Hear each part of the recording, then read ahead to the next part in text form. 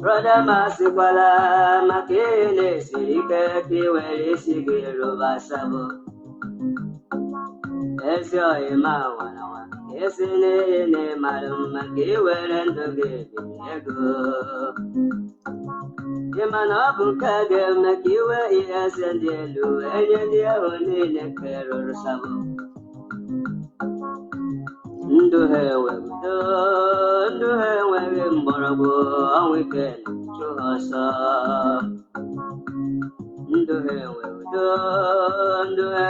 mborabo weekend chuhasa sabo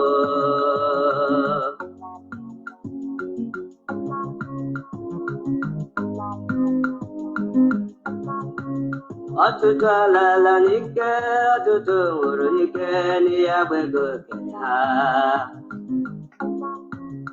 Atutala nike atuturu nike ni abego Otuakoga de Biafra gabia otutundega ora Otuakoga de Biafra gabia otutundega ora Oma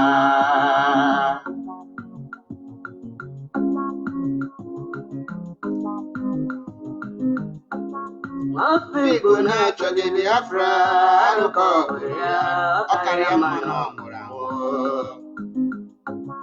Mafiguna choge Biafra arukoya akaria mano murawo Mafiguna choge Biafra arukoya akaria mano murawo Wanem Biafra Biafra Biafra ya Kiyawe derege brother Senator Biafra Biafra Governor Biafra Biafra Absent Biafra Nabataya Kiyawe derege brother Oh anile Yala Biafra Kanyikele Chukwu Kike Asemo wanile yala mo Biafra Kanyikele Chukwu Kike Onye kụrụ n'Igbo Wezi anyị Mazi Nnamdi Kanu dike Ọbịago wetọbụ Igbo n'abụ Okpologo na ọ bụ onye Chukwu tere ọnụ Okpologo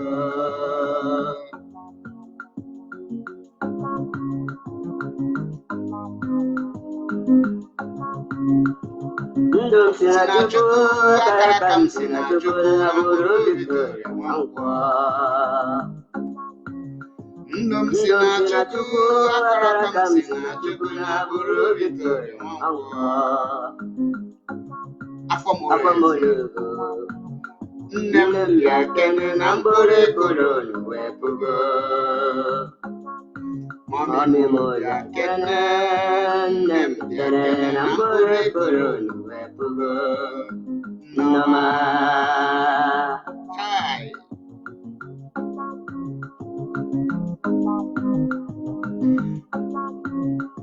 Ayala wala nala urketuku kwerainampa Ayala wala nala urketuku kwerainampa Ala Biafra obodo ọma ebe abịa sisele ọma hey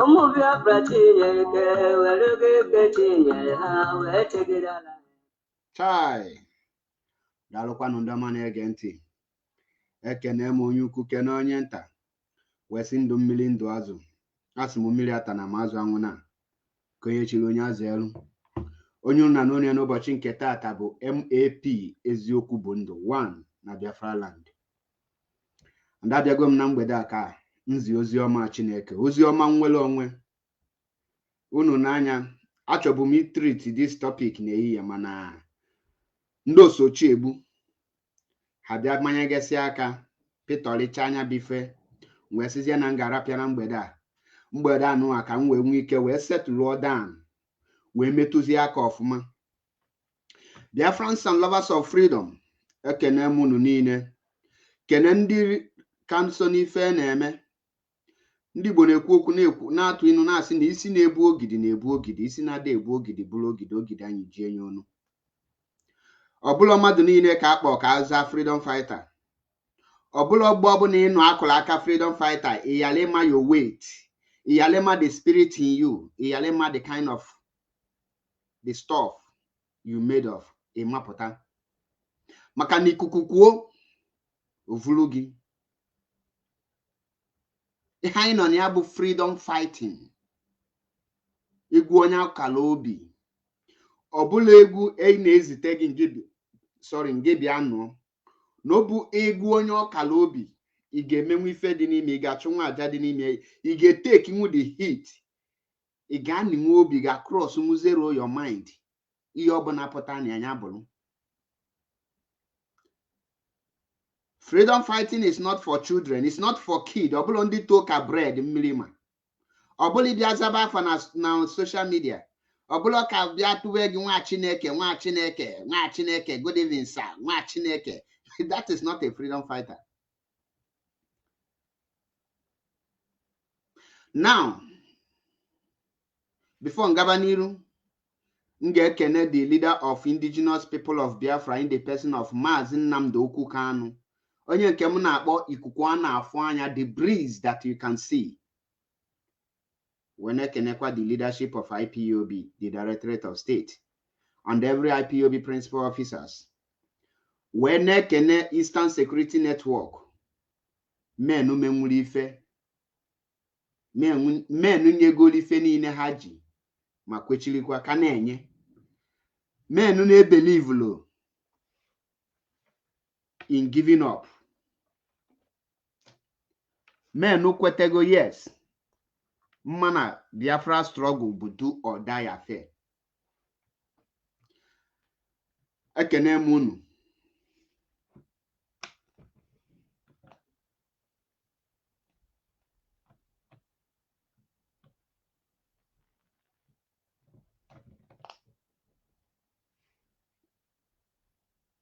ekene m unu wee kenekwa our legal teams led by Chief Senior Advocate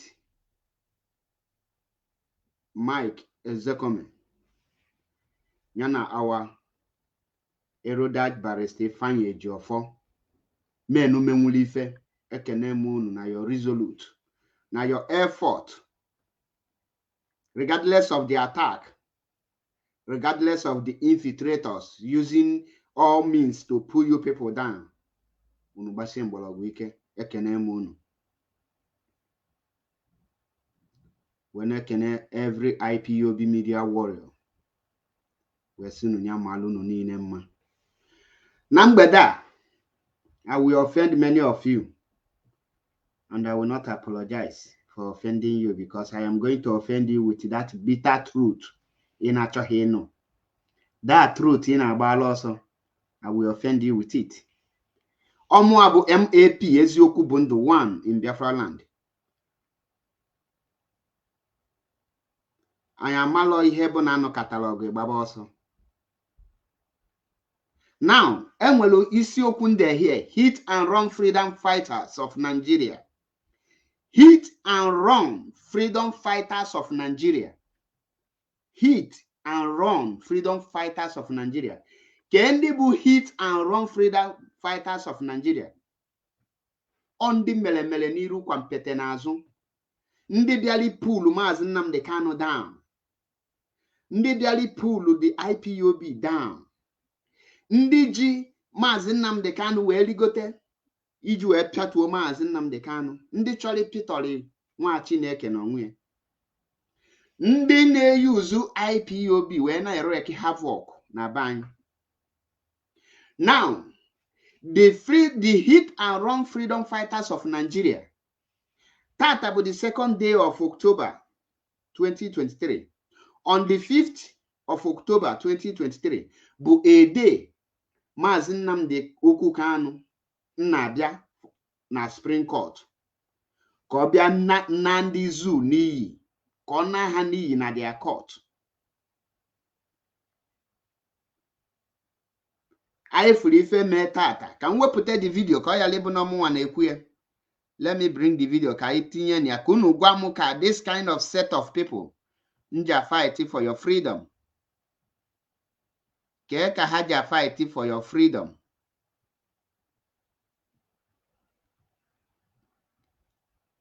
Just a minute, can we take the video?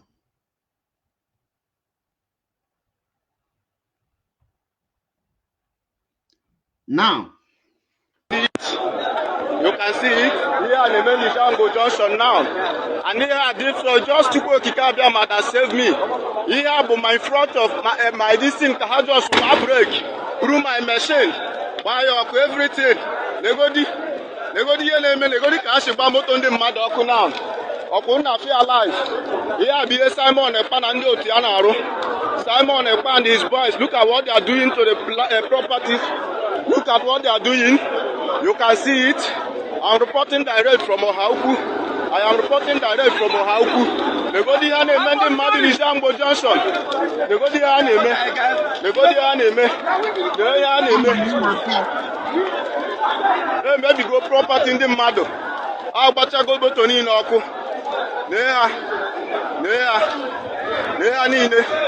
You can see it. You can see it. My own. I'm Nefolia, and they get the voice. The eyewitness, Simon Ekpa boys. Now, get on to your hit and run Nigerian freedom fighters of Nigeria. Now, somebody say that he is fighting for you, not fighting for you. You are burning the properties of Biafrans in Biafra land. You are destroying the lives of Biafrans in Biafra land. You are forcing people to do something against their wish. If the Biafrans are paying attention to you, they could have known that you fix any seat at home. But Makanihina, Biafrans don't know that you are existing. Biafrans are malogi. Biafrans don't recognize you. Because now Biafrans, the meaning of leadership, Biafrans are wise. Biafrans are educated people. Biafrans have brain that they can reason to know the meaning of leadership.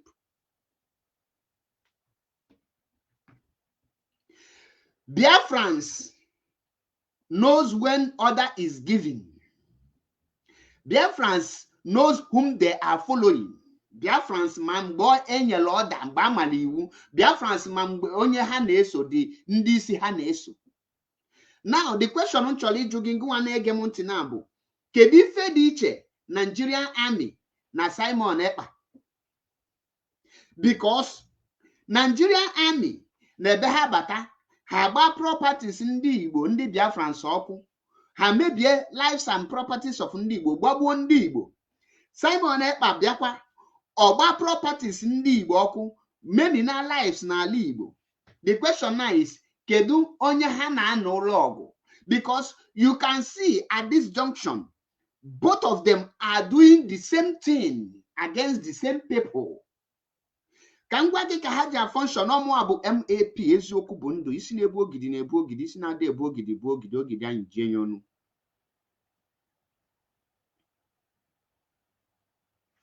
Ka ngwa gị ka ha si function.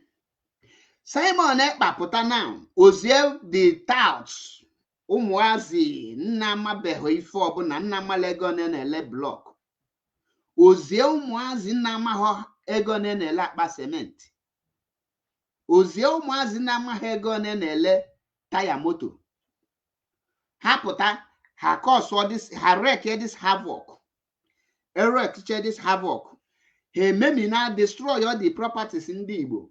Nyanwa bụ hit tawa hit and run. They come, they hit, them scatter things, they run out. Now, which people can make intervene in this place? Which people can get this place? Which people can expecting get this place? Because there is already a crisis. Inadequate. Now, abịakwa reke havoc gbaa properties ndị Igbo ọkụ. Pitoria properties ndị Igbo. Munye shops, motos, and many bikes in the Madoku. Now, Tawa Bazi also. The question challenge now, who are the people coming here? Nigerian military will now drive in. Chete, Simon Ekpa boys, Awago. Simon Ekpa boys, I destroy Igbo properties in the Igbo. Destroy your things in the Igbo name. Maybe lives and properties. Now, how about also Nigerian army abiazie, Nigerian police abiazie, Nigerian police abiazie here now. Here hagemebu, they will now arrest innocent people.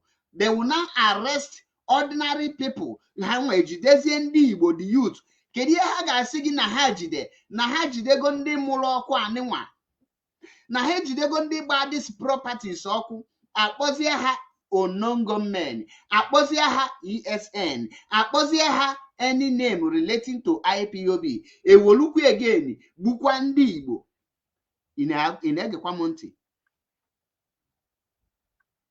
Now, ndị Igbo anwụọ, which means Simon bụ ndị Igbo pụọ.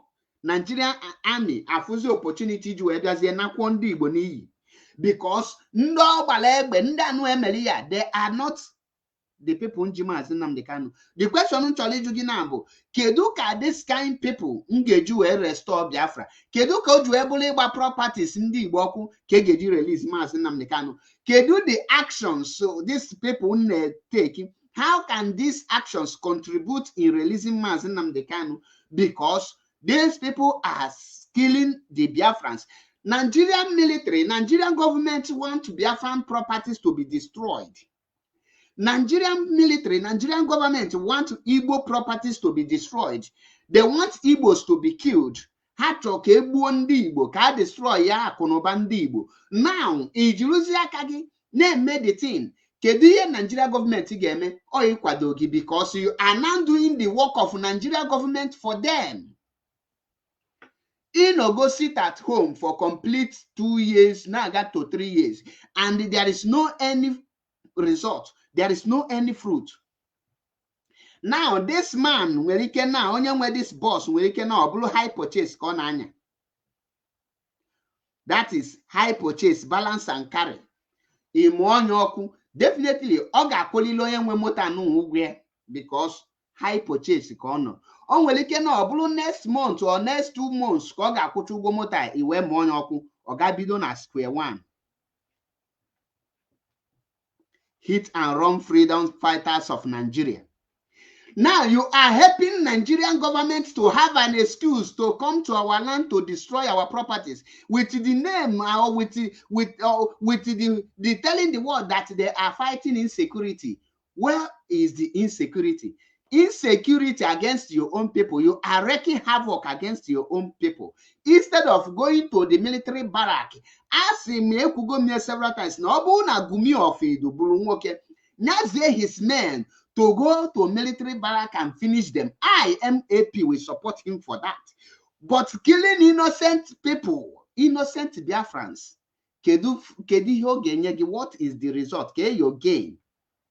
In conjunction with Nigerian government, Igbo in next 2 hours, after 2 hours, Nigerian government, Adiana Hanacho, the people who Melifa, he book again.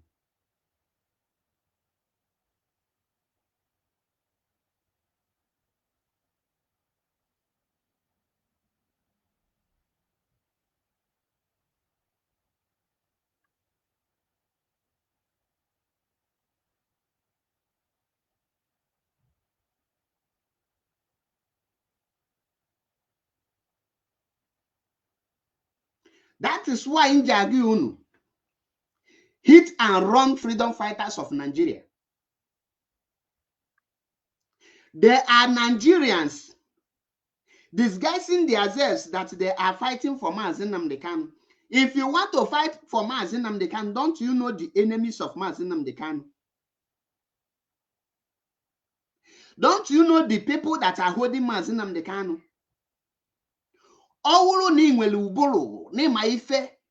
That you are somebody that has sense of reasoning.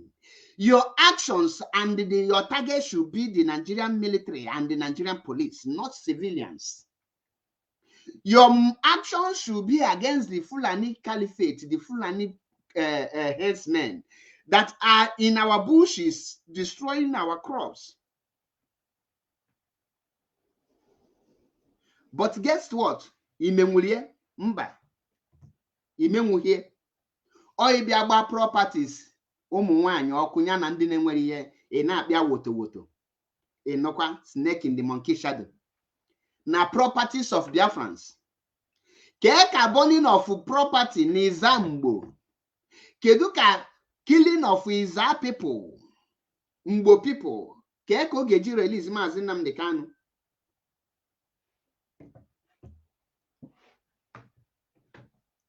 Kedu ka Monday sit at home Geji will release Mazi Nnamdi Kanu? Watch the video again. You can see it here at the Melishango Junction now. And here I did so just to go Kikabia that saved me. Here but my front of my this thing had just break through my machine. Why everything. They go the cash moto on the mad now. Okuna feel alive. Here be Simon Panando Tianaro. Simon Panando Tie. The eyewitness, Donya Furia.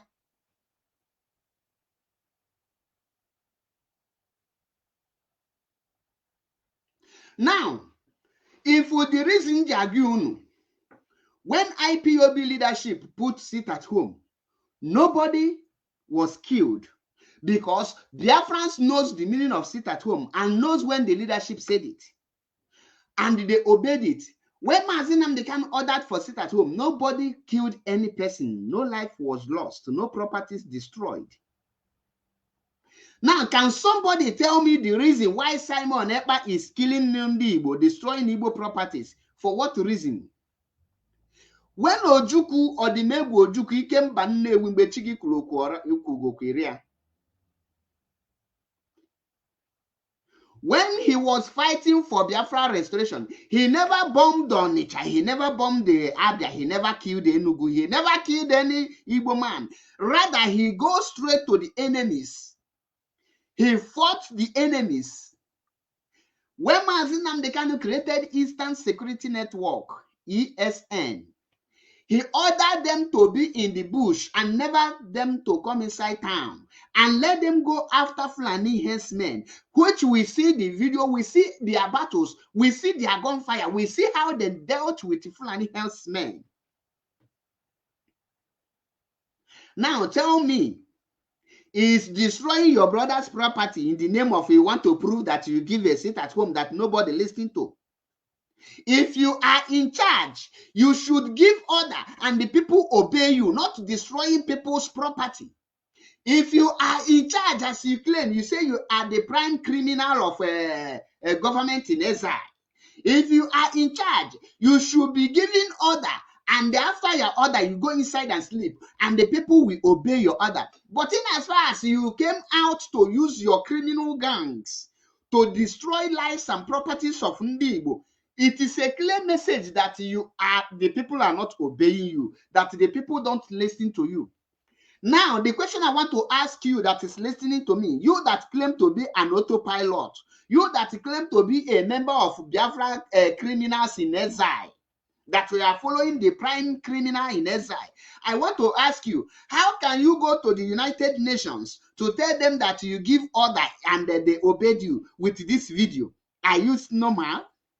How can you go to the European Union and tell them that today you give order for sit at home and this video come out that your boys are now forcing the people against their will?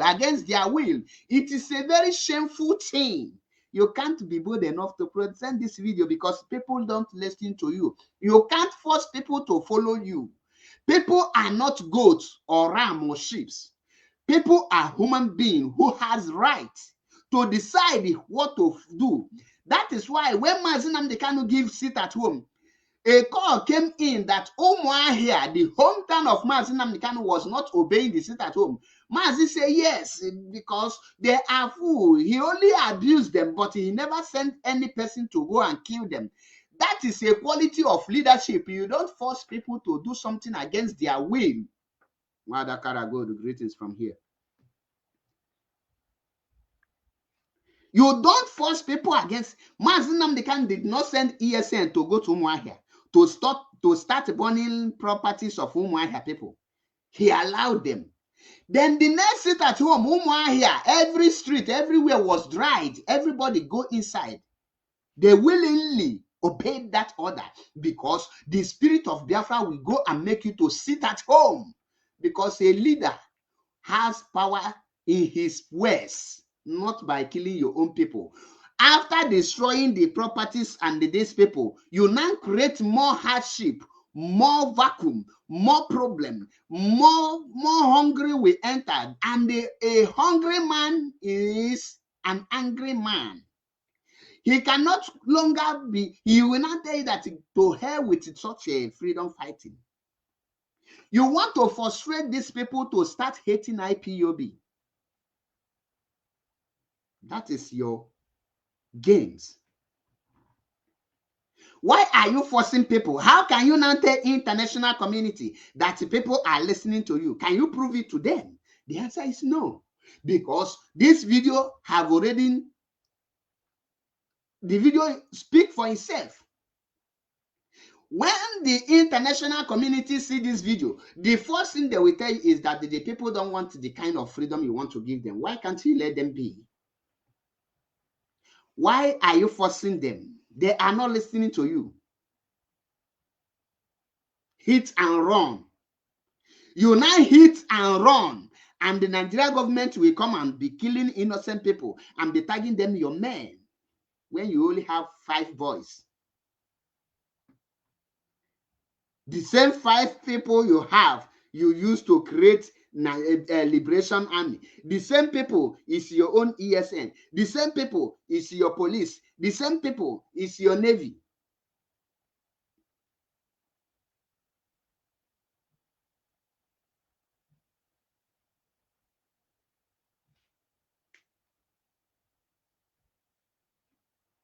And you think this is how you are going to get your freedom? You think this is how Biafra will now come? This is how you will now win the heart of people to follow you? Did Mazi Kanu start with destroying the lives and properties of our people for them to follow him? Do you think that Mazi Kanu destroy my shop and I will follow him?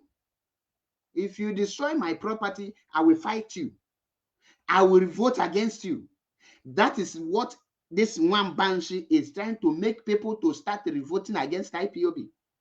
When you see the like of Udele, the like of Nkesinonyo Abakonuche, and the rest of them, when you see them telling you, giving you these videos, telling you that is this kind of Biafra we want, this is exactly what Gumi Ofid wants our people to be thinking.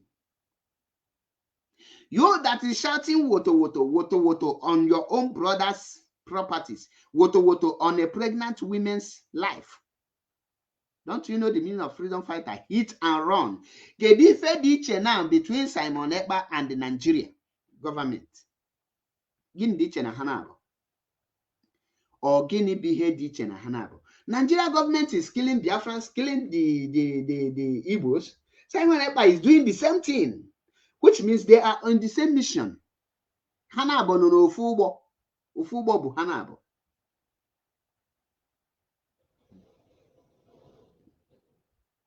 Ufubo biye bu hanabo. Now, who will you now hold responsible? Nigerian government will now see a reason to come to Izambo to arrest innocent youth and tag them Simon Ekpa's boys. Then Simon Ekpa will come to Twitter and say they are not my boys. Of course, they will not be his boys because his own boys is safe in the military barrack where they are hiding. Whenever they want to strike, they will come out and strike. Watch the video complete. And his boys, look at what they are doing to the properties. Look at what they are doing. You can see it. I'm reporting direct from Ohauku. You can see it here at the Melishango Junction now. And here I did so just to go Kikabia that saved me. Here but my front of my distance I just break through my machine. Why everything. Negodi cash moto on the mad now. Okuna feel alive. Here be Simon Ekpa and Otianaro. Simon Ekpa and his boys. Look at what they are doing to the properties. Look at what they are doing. You can see it. I'm reporting direct from Ohauku. I am reporting direct from Ohauku. Negodi Hane Mending Madi Nishango Junction. Negodi Hane Me. Negodi Hane Me. Negodi Hane Me. Maybe go property in the mado. I'll go to Tony Noko. You can see it. You can see it. My own. I believe in for you. Now, you see the people on your name video kit already. He have already on where we go a rethink already. Now, they go to the kind of shops, Abaloku. Ke the purpose of about these shops, Oku. Ke the reason you about these shops, Oku. Shop Abaloku get make a Mazi Nnamdi Kanu putechi. This shop Abaloku get restore look at Biafra nine. This shop Abaloku ke the gain, ke the reasons. And will you know and will any autopilot batashim? These are the reasons said you about this shop, Oku, and these are the things this shop Abaloku get benefit to Biafrans. Keka this shop Abaloku na engage you just ga release Mazi Nnamdi Kanu. And I try to use all your brain to understand that now this guy came for destruction. This guy he make a delay the release of Mazi Nnamdi Kanu and the cap for the Biafra referendum. Can people will rethink about it?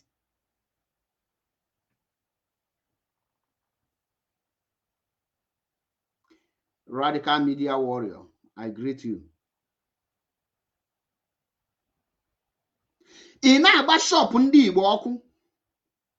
Gini, ijelo kwa na Hausa market dị na Ebonyi State na ha mepe ka ịgba anya ọkụ.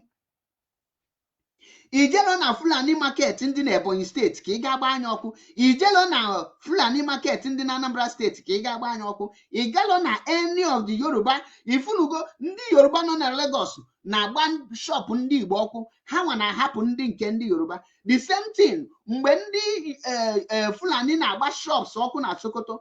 Ha select shop mbụ shop ndị Igbo gbanye ọkụ hapụ nke ndị Yoruba hapụ nke ndị Fulani be ha nke nwe bịazie n'ala Igbo na-agbazi shop ndị Igbo ọkụ na-agba property ndị Igbo ọkụ. Who are you trying to impress if not Nigeria government?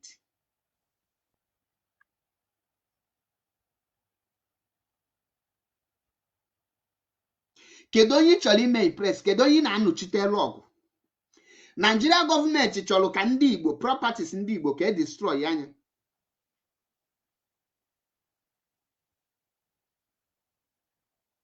Benjamin, I greet you. Nigeria government chọrọ imebi na ndị Igbo. Ngiwa na na-eme the same thing. Imaye na gunu here, this is a double loss to ndị Igbo.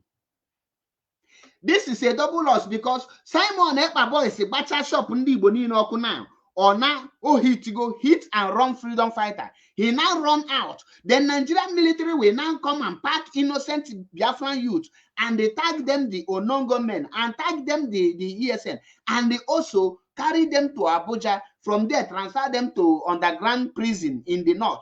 And from there, they will harvest their organ. You will not hear from them again. They will kill them. When you ask them, they will tell you it's Onongo men. You will not be, you will be afraid. You will not be bold enough to go for the freedom of your son because I asking Onongo men. And that's the fear. Buy your own your family house. You will now allow your son to go and die for crime he committed not, for something he knows nothing about.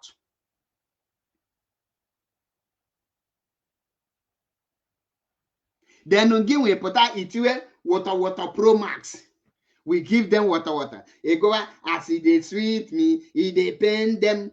Meanwhile, who are the people they pain? Your own people. Who are the people in the pain? Your own people. Who are the people that are suffering, that are sharing tears? Your own people. Do you come to rescue your people or you come to kill your people? Why do you derive joy in seeing the tears and sorrows of your own people?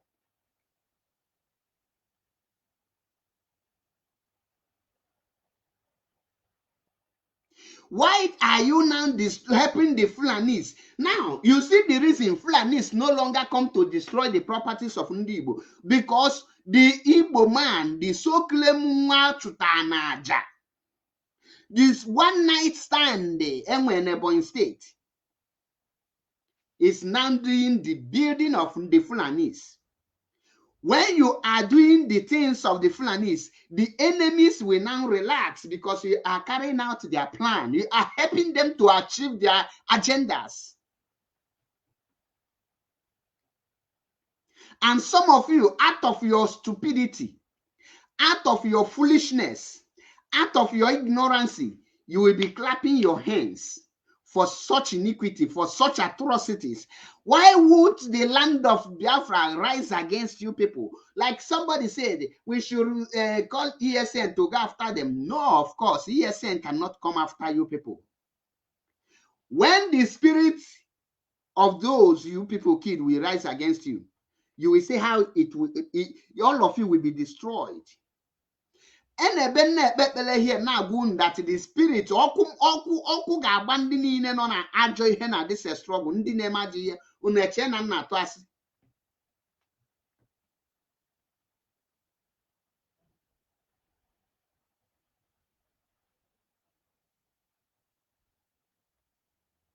Now, Kekigeji explain here to the world leaders that this thing that happened today, that your people are enjoying it.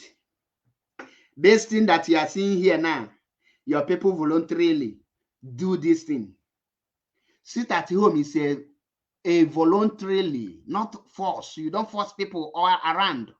You don't force people, matured men, family men, you don't force them to do something against their wish. That is why Mazi Nnamdi, he cannot declare Biafra unless the people say declare Biafra. The people are not yet ready. What you need to do is to continue your awareness. That is why you see me every day coming here to create the awareness. That is why you see Mazi Metusela Mekisedek on the awareness, Wada Chalugo, Mazi Jonathan, Chineke, and the rest of them. We are on awareness so that our people will see the reason to rise up. You don't force them. The spirit will enter them according to how you preach the gospel to them. You need to tell them the reason why they need to join the struggle. Now, how will you tell this driver, that bus driver, to come and join you after you have ended the means of eating? When you have handed him over to poverty to deal with it, how can you now tell him to come and join you to be doing what he did, that he wants freedom? How do you expect that man that you burn his bike to not come and join you for IPOB struggle? You should set the example that others will emulate, not something that others will be running out of. That is why you will be asking us, what is DOS doing? DOS cannot come out to be killing our people. If they do so, I will rise against them. I will speak against them, because Mazi Nnamdi Kanu never killed any of his own. These are the things I chokunu bulten au bulugi kobana yo mendula ubrakata, so that you can be reasoning. IPOB is known for non-violence movement. Now, I ask you, those shops you burn today, how will you not tell them when there will be a date for referendum, they should come and vote for such referendum, a referendum that will burn their property, a Biafra that will put them, will take away what their means of earning. You now put them to the more hardship. Do you know what Nigeria, the people in that contraption, do you know what they are passing through? Are you not aware that a liter of oil is almost 800 naira? How much is their salary? Men are struggling to even have a daily bread, just to chop a day, not to even make a service. And you are wreaking this kind of havoc to them. And some of you will clap, say he's doing a great job. I ask you, what is great job? Don't you know the meaning of great job? Can't you differentiate between great job and the great damage? There is a difference between a great job and a great damage. What this nincompoop is causing is a great damage, which the example of the damage, you are seeing it here. The example of the damage, the great damage, is what you are seeing here. Now, how can somebody go to the DSS and tell Mazi Nnamdi Kanu that this is what the people is doing? Do you think that Mazi Nnamdi Kanu, seeing this thing, will not feel devastated? So you want to weaken the spirit of Mazi Nnamdi Kanu, because Mazi Nnamdi Kanu hates seeing his own people sharing tears. Mazi Nnamdi Kanu hates seeing his own people losing their properties. Mazi Nnamdi Kanu hates seeing his own people crying. Mazi Nnamdi Kanu hates seeing his own people dying. Because his people are dying, he created Eastern Security Network to protect his own people, to give his own people that protection. Why can you now start killing them? Because you say you are fighting for Mazi Nnamdi Kanu. If you want to need somebody you want to buy, why can't you go to Barrack and buy them? Why can't you go to all those Abuja and wreak havoc in Abuja? Why can't you go to Kanu and wreak havoc in the Kanu? Why do you choose to wreak havoc in your own land? Ade kike n'ụlọ, kike ade kike n'ụlọ. Ife ji ama odogwu before men ilu, ọbụla ife men n'ụlọ.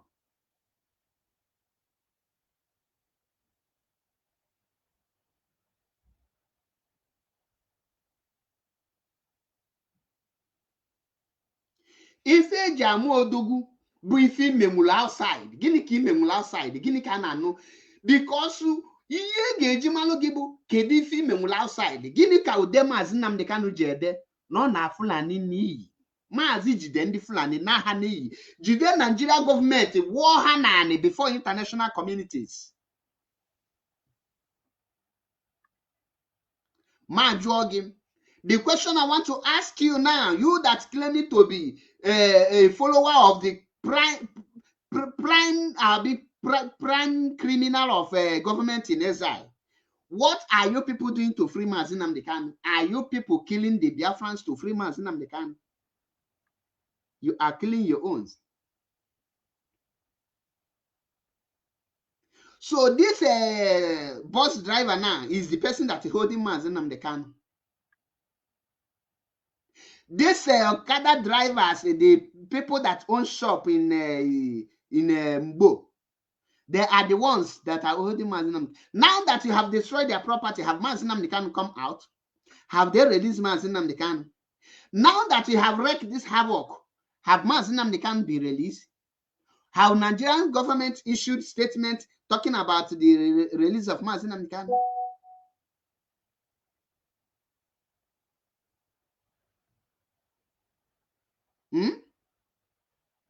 Ask yourself this question. You should be doing something that will be hitting the enemies. You should be doing something, engaging yourself, involving yourself in something that will destabilize Nigeria. You should be involved yourself in something that will bring Nigerian government, Nigerian to their knees, not something that will be bringing the Alibo to their knees, not something that will be causing pain and agony to the people of Biafrans. Ojukwu never fought against his people.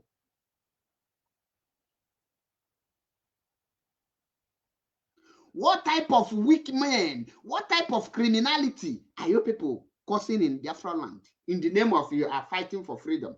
Don't you know the meaning of freedom?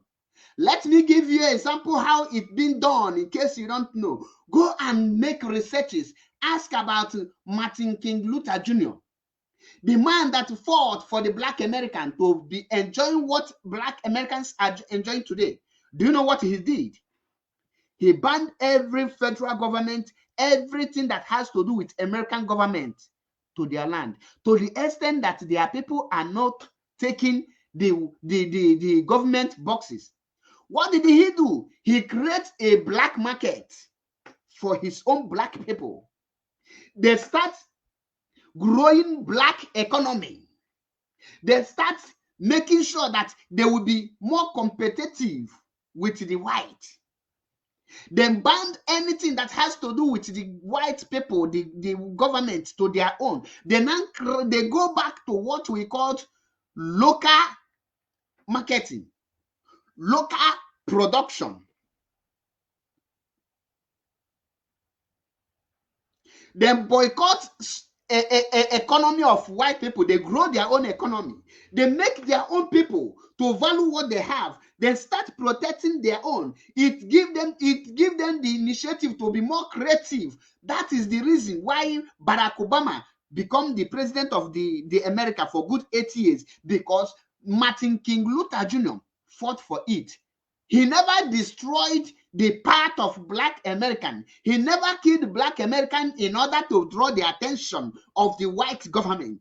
He never destroyed the economy of Black American in order for it to be to pain a white American, because he knows that by fighting against his own people, the white America will love him more and they will encourage him, but his people will suffer double of what they are suffering. You must have a strategy. You must have brain. You must think. You stop reasoning from your anus.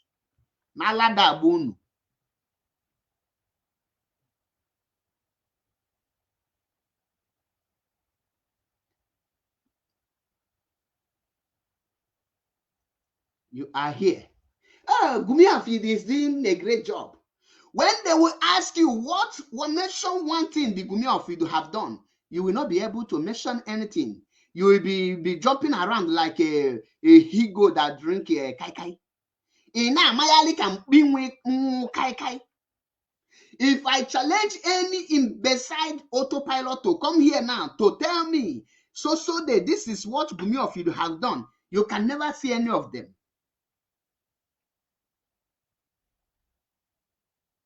What a pity. It's quite unfortunate that our people,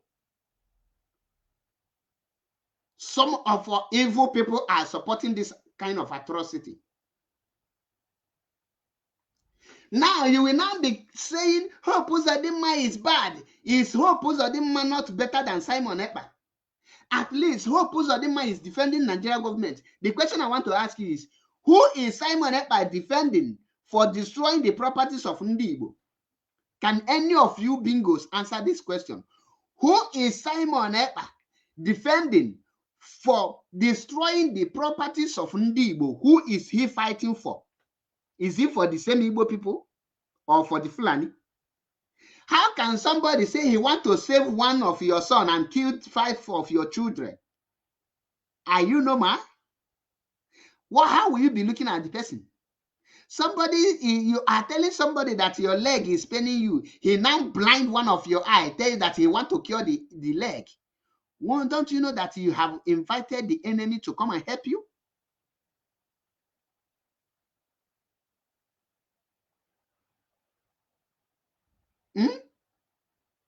Can't you use your senses? How will you now stand before the world and tell them that you are doing anything? Why? Why are you people this wicked and determined to make sure that you bring Mazi Nnamdi to his knee, which you cannot? 1 billion of you cannot do it. Let me tell you,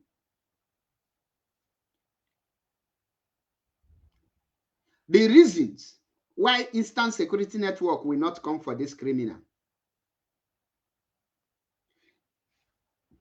If Instant Security Network come for them, do you know what Nigerian newspaper will write? Do you know what the Janjaweed newspaper will write? They will say, oh, they are fighting themselves. Look at the people that is fighting for freedom. They have now abandoned their freedom and they are fighting themselves. Now, if they can be fighting themselves when the country is not yet achieved, how will now they live together? They will not just kill themselves, finish. That is what we are preventing. Not that there are these people, we know all of them, we know where they hide.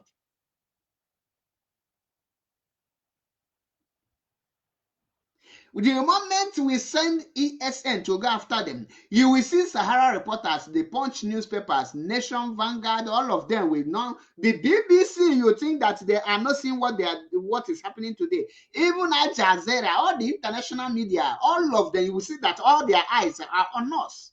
They will pick it. Look at the UN. You shouldn't give these people the referendum. They are not at peace. That is what the leadership is trying to prevent. But some of you, because you don't have thinking faculty, you don't think beyond your anus. You think it's all about water is the code. Who are you watering? There is a lot of things we are trying to prevent.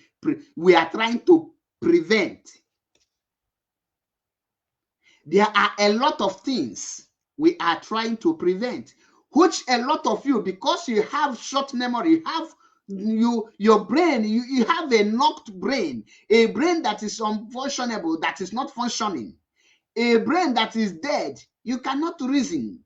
There are some consequences of every of your actions. And when a consequence is bigger than what you intended, you have to leave it. He is doing this in order to provoke Eastern Security Network. He is doing this in order to make ESN to get angry, so that he will now provoke the leadership of IPOB, and the leadership of IPOB will now unleash ESN on them, so that they will now say the propaganda, so that because they are working hand in hand with the Nigerian government, so that they will now pass a wrong information, they will now say a wrong and a false narratives against IPOB and against Biafra restoration. But we are 100 steps ahead of them.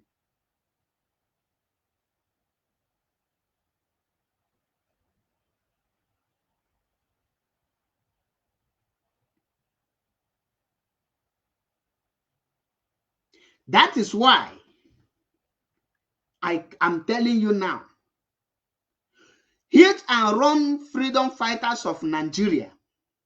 These are Simon Ekpas. Simon Ekpas hit and run freedom fighters of Nigeria, causing mayhem against the people, Mazi Nnamdi Kanu.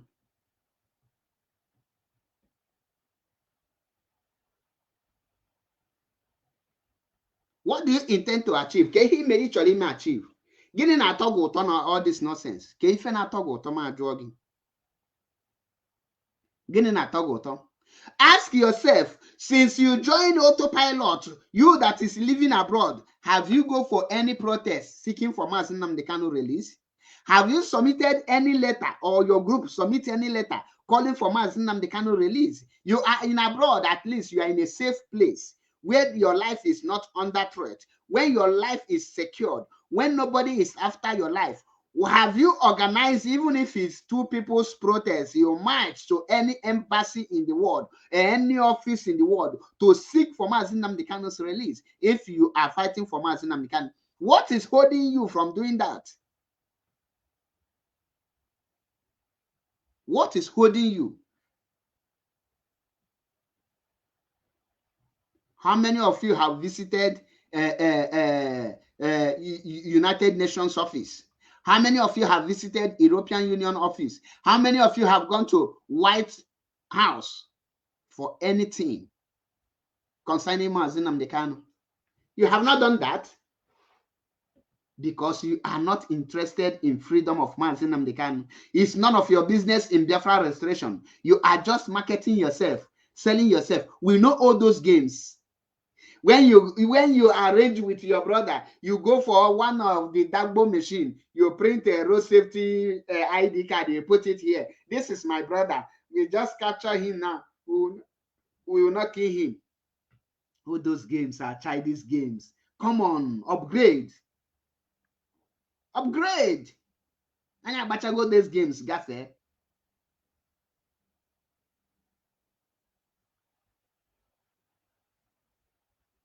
Men roll exactly more glory.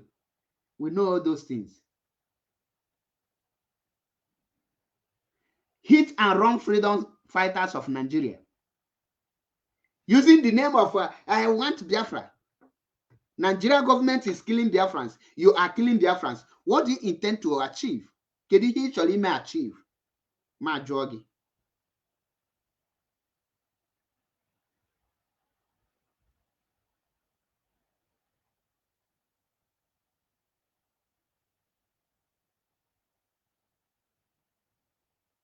Can you actually achieve? Gindi checking a Nigeria government. You are now creating the chance for Nigeria government to come and kill, to arrest innocent people. You are paving ways for Nigeria government to come into Biafra land. In the search of unknown government, they will hold innocent Biafrans and they will kill them. What do you intend to achieve?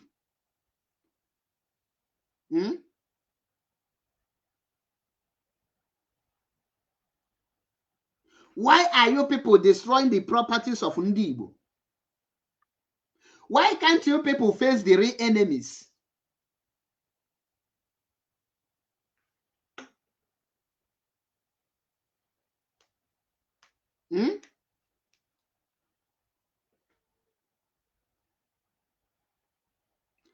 Biafrans and lovers of freedom. Ndị Igbo na-ekwu okwu na-asị na ife agba n'aka na-ejighị enyo enenie.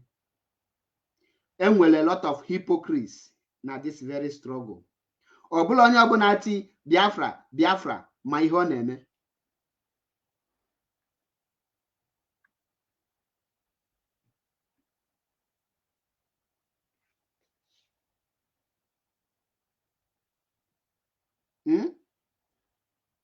Ịjụọ ha now, this thing happen here. Kedu ka ọ ga-eji help to release Mazi Nnamdi Kanu? Ke ihe anụ ha mee kịta, this very action or prove Mazi ga-eji wee ga court bụ ihe anụ a. This very action, Mazi enwere ike tender this thing before any of the international world, international community. Can this thing be presented to them and say, this is what we are doing? Are you proud of this very act you are carrying out? Can you tell us the reason why you burn these properties? The burning of these properties, what will it benefit you? At least, the reason when Mazi Nnamdi Kanu created Eastern Security Network and ordered them to go for the Fulanis, he told the world that he first of all called for Nigerian governors, the governors of Ndi Igbo, to create security that will give our people protection, to stop the raping of our women, to stop the raping of the killing of our fathers in the farmland, to stop the destruction of our crops in our farmland. And when the ESN catch them, we claim responsible of the killing of their cow We never deny it. You as an autopilot, can you tell me the reason why you burn these shops, you burn these bus drivers, and you burn the motorcycle? Can you tell me how can these things achieve Biafra? How can we use it to contribute? What benefit is these things in Biafra restoration? Okay, how can these things help us to get Biafra more easy? That is the question I want you to be asking yourself as a human being. You don't do something that you cannot be proud of. You don't involve yourself in something you cannot be say, if there cannot be say, yes, we did this thing.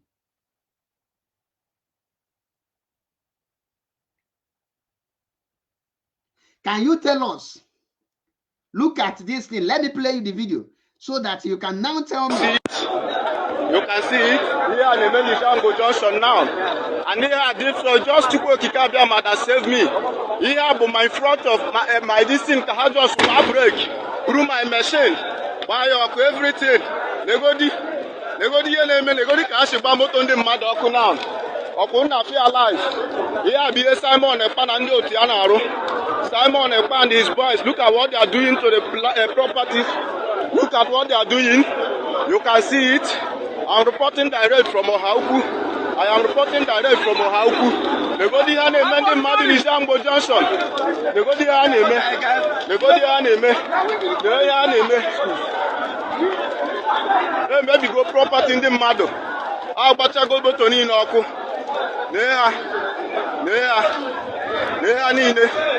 You can see it. You can see it. My own.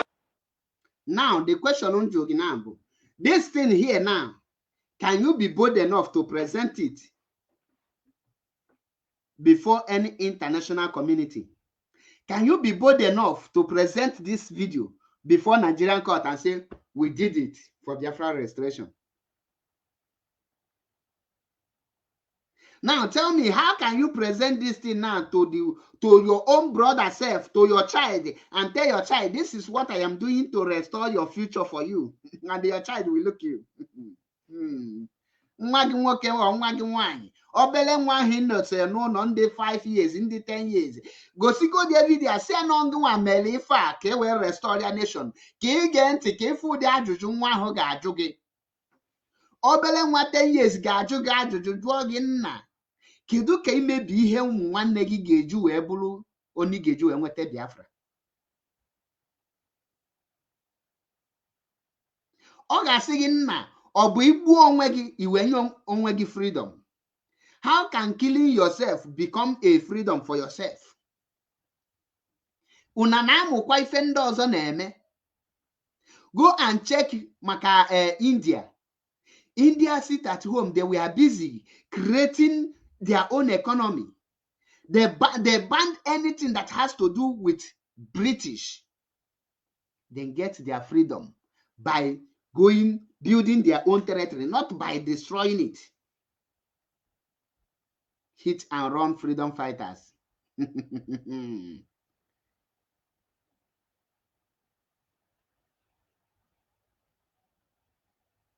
You now support this kind of havoc. You now support this kind of atrocity.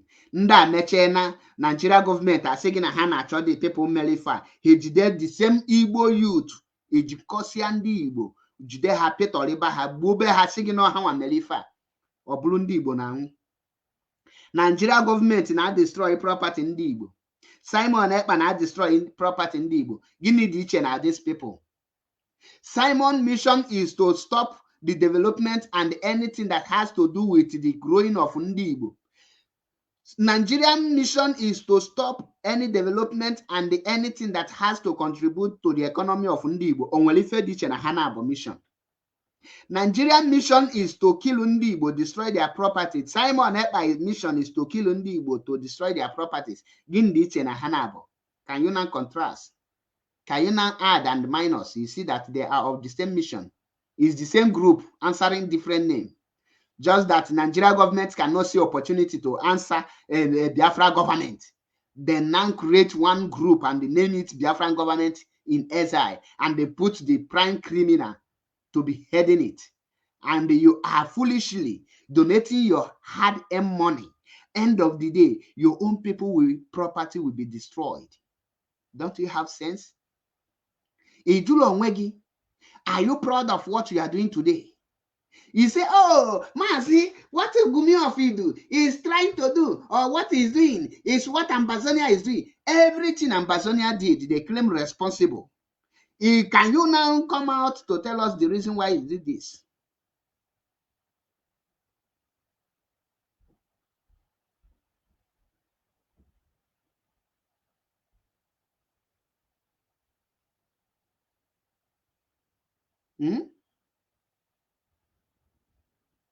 Can you now tell us the reasons why you did this? Can one autopilot tell me the reason why they burn these things today? Okay, each of you go ship power. Why negotiate power to Nigerian government? Mazi Nnamdi Kanu. Why negotiate power to Nigerian military? Nnabia destroy our properties. Why in here negotiate your power? I pray those of you now support this evil. Can one of your family can they see me to tefa?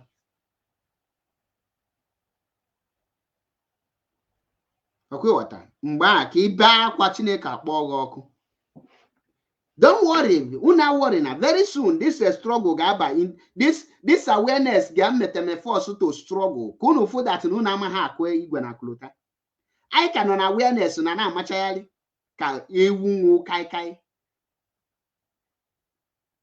Mano nwebe any of your group nko front la sari tukubo. Chipia ka o malo na madono. Because all of you are the same. All of you are the same. Onye potoneti Mazi Nnamdi Kanu aya Biafra. Ọba itie n'ọnụ. Ọbụla ba itie n'ọnụ. Enwere m ọtụtụ okwu.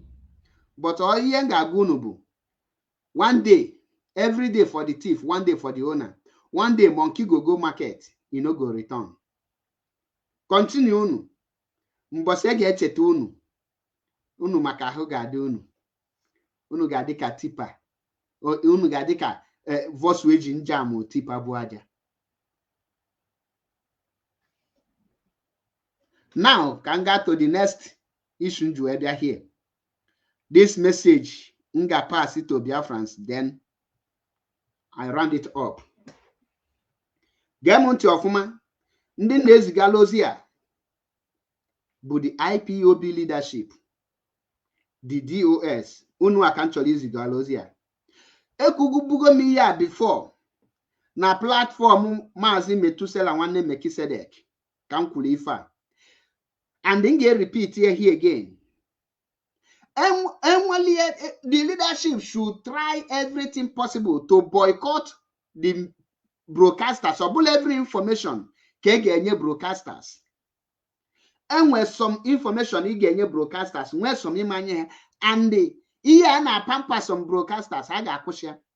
The only way to come infiltrate us because Enya fugo that name were some people mbata na IPOB, native DOS, henwelo the love of Biafra spirit in them. Had they already restore Biafra. Here had there is just to be created when to market themselves so that they can be popular. The leadership should pay attention to these people. All those spies.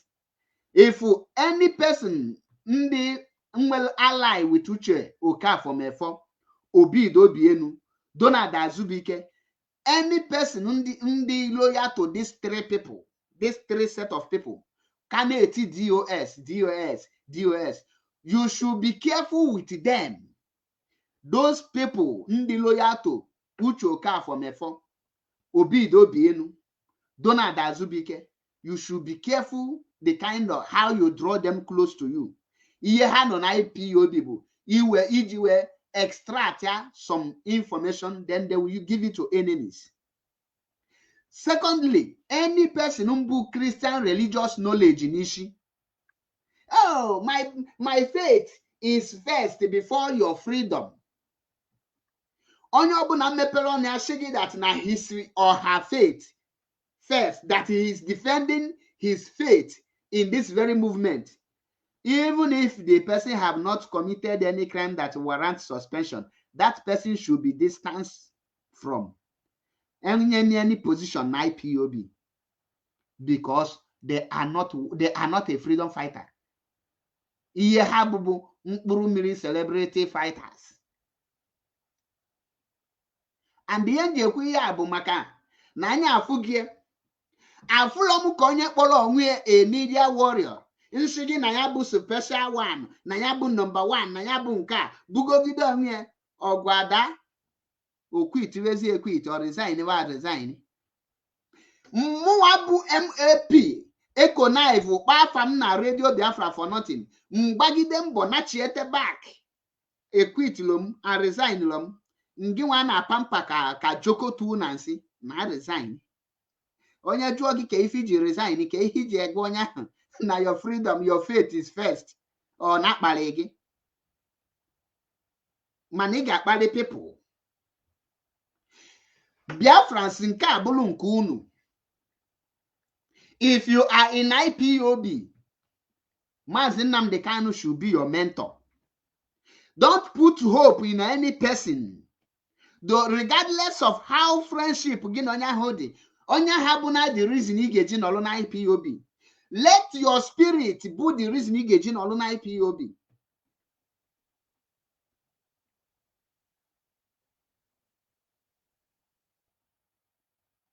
Let your reason, your spirit and your freedom, the reason ị ga-eji nọrọ na IPOB. A freedom fighter don't quit nor resign without achieving. Onye ọbụla nsị gị I resign, that person never one day become a freedom fighter. He is just an agent. And that is why nji ekwu since na agwa unu that na onye anụ abụghị a freedom fighter.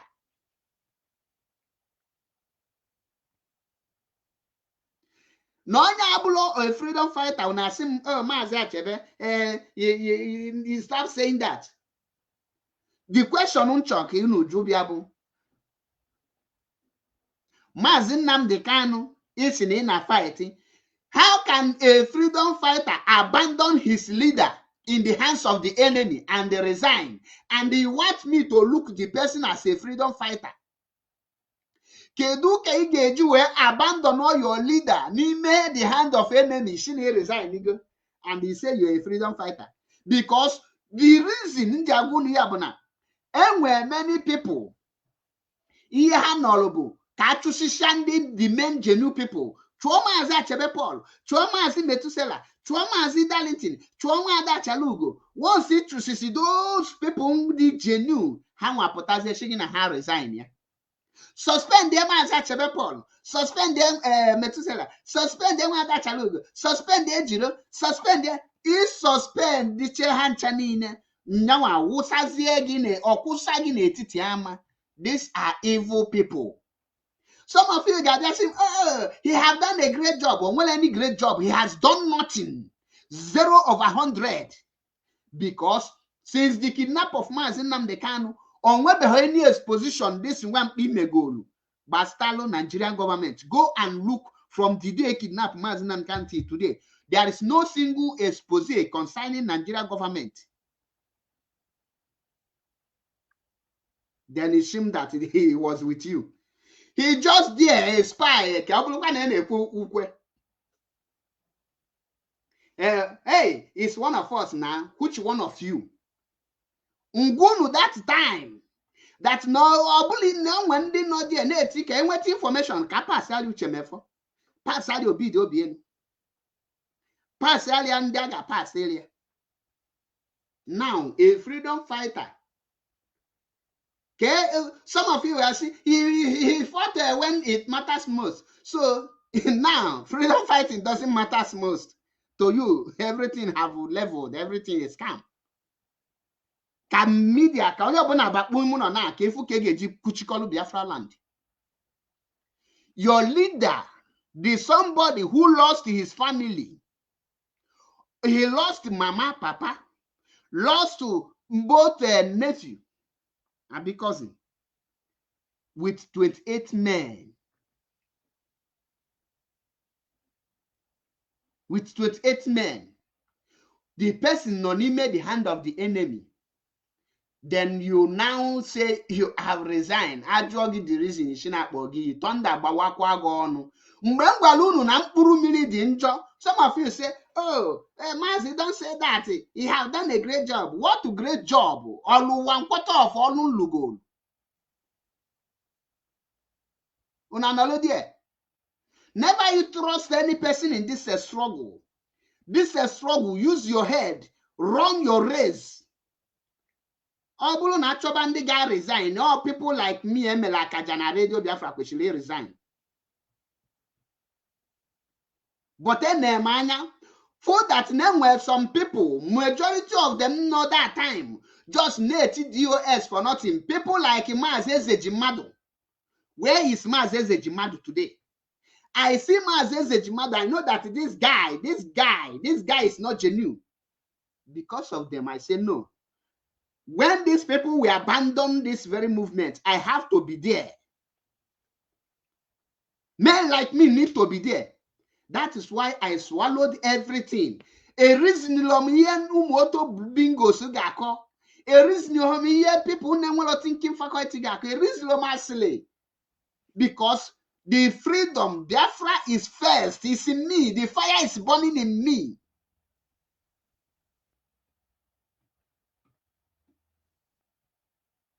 That is why I put the freedom of Biafra first. I put Mazi Nnamdi first. And I say IPOB is above everything I am doing. That is why I never check who is wrong and who is right. I have to do what I need to do to come back to make sure that I stood by the people that are moving this struggle. Because if I go, like today, where is Achebe? He is gone. Oh, we'll go silent. Bingo. He no longer talk. Where is Donald Azubike? Oh, Wago. He is nowhere to be found. Now, where is the special one? Celebrity freedom fighter. Hey, you abandon your leader. The worst thing, the worst betrayal you can give to any person is abandon that person in the hands of the enemy. Abandoning your leader in the hands of your enemy. Resigning, which means is truly your faith, is your faith. Now let me play the voice of Mazi Nnamdi. How do Mazi? I have played this video several times. How do we know a great freedom fighter? How do we know a hardcore? I told you people that most of the people you people are calling a hardcore are not hardcores. They are hardcore. Today they play, they show. If they play, if they show. Let's go there. Let me hear where the voice of Mazi Nnamdi can play. Now pay attention. Yes, and so what? We create enemies. We want to know the hardcore. Do you know why IPOB is very strong? I'll tell you the secret today. It's because we don't feel sorry for ourselves. At all. We can be very, very crude to each other and still get the finest come out of it.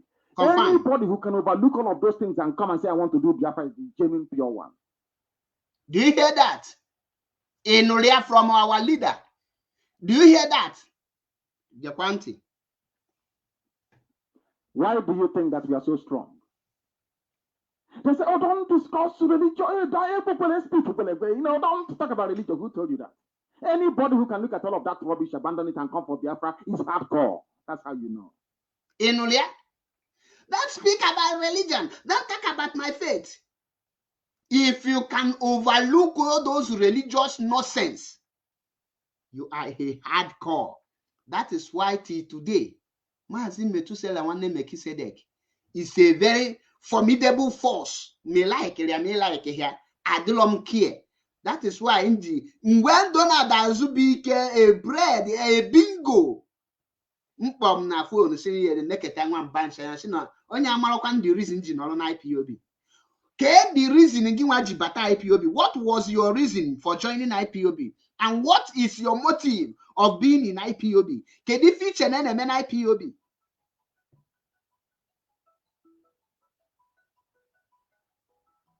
Just a minute.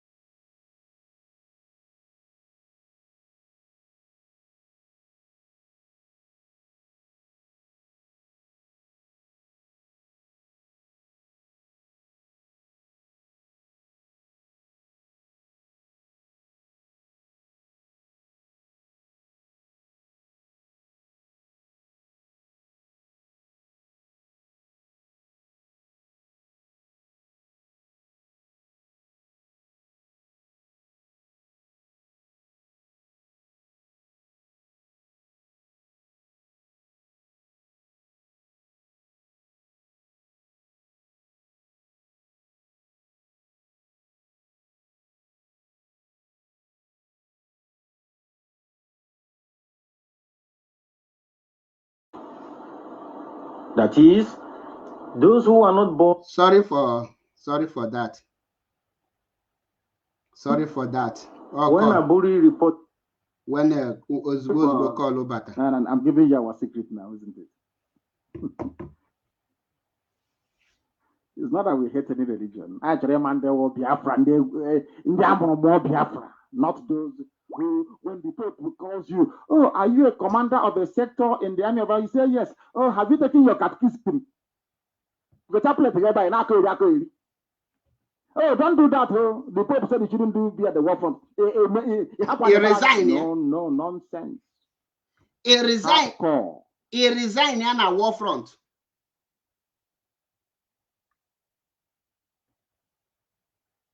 No, once I go here, in a war front because somebody have talked about your religion.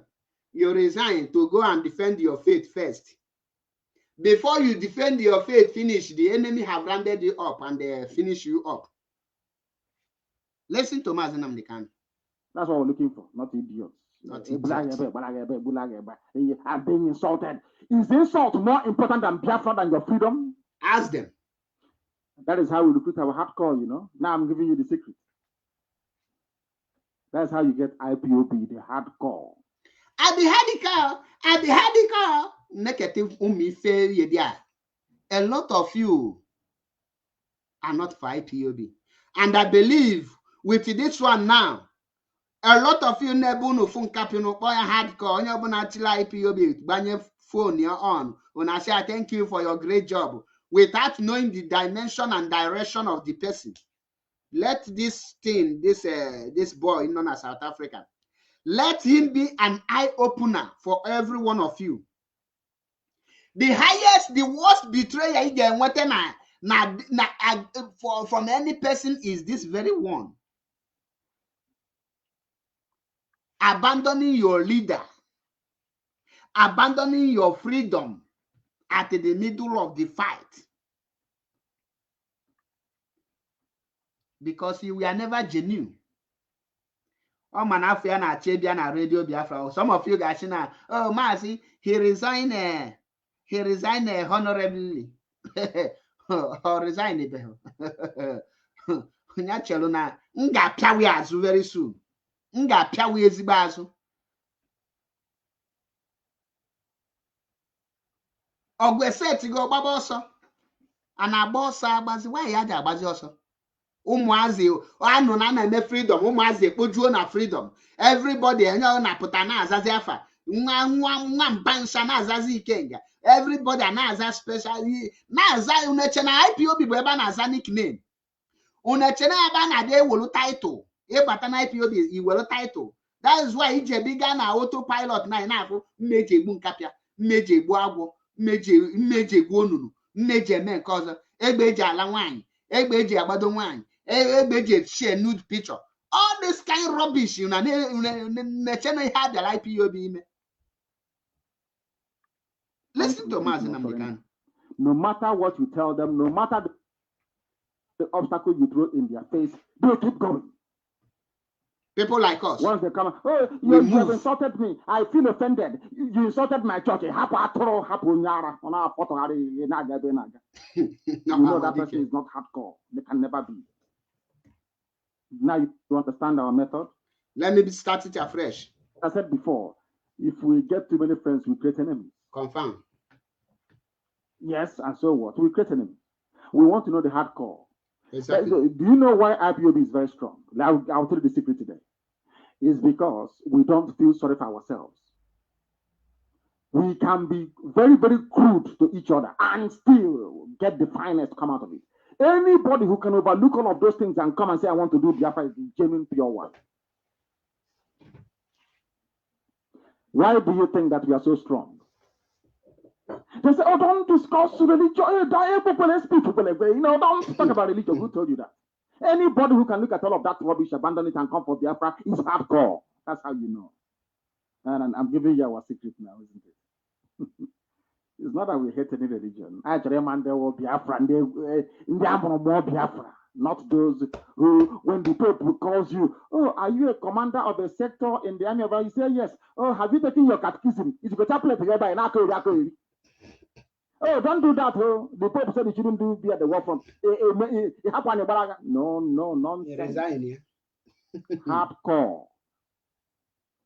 That's what we're looking for, not idiots. I'm being insulted. Is the insult more important than Biafra than your freedom? That is how we recruit our hardcore, you know. Now I'm giving you the secret. That's how you get IPOB, the hardcore. Those who don't retreat nor surrender. No matter what you tell them, no matter the obstacle you throw in their face, they keep going. Once they come, oh, you have insulted me. I feel offended. You insulted my church. You know that person is not hardcore. They can never be. Now you understand our method. We know what we are doing. Listen, when I tell people, listen, this broadcast is specifically designed to address all the issues afflicting Biafrans, especially IPOB all over the world. Therefore, there are some people that I must thank for all the sterling work that they've been doing. All of you, from the head of our DOS, Mazi Achebe, to the very last unit coordinator, for all the wonderful work that you all did in my enforced absence. You never allowed yourselves to be cowed. You did not allow yourselves to be intimidated. You fought very gallantly to ensure that IPOB remains the preeminent freedom fighting movement anywhere on this very planet Earth. I have a lot to thank all of you for, because you kept the flame burning. Our writers, those of you that fight enemies every day on social media, all of you, from family writers to Muchuku to TBV, all of you that fight every blessed day. Ferocious battle, and we have never lost any. We have never lost any battle. That's it. Any day you see me in Abuja, you get a knife and cut off my head, that you will not go to jail. You shoot me dead. If you hear me discussing with any Hausa person, you kill me. Any day I go forward and I come back and I say, oh, this struggle, let's look at it somehow. There's another way to get it. That day, please behave me wherever I am. Do anything to me you like. So that is how we are supposed to get this thing. We are not going backwards. Yeah. I believe you're listening to Mazi Nnamdi Kanu, you are following. Our leader. We love our leader. We are strong. We are hardcore. I am speaking as the leadership of IPOB. The leader of IPOB, the founder of IPOB is in the prison. He didn't attend the resignation letter. Maybe on video, I just feature Mike, Baba also. Man, in for decades.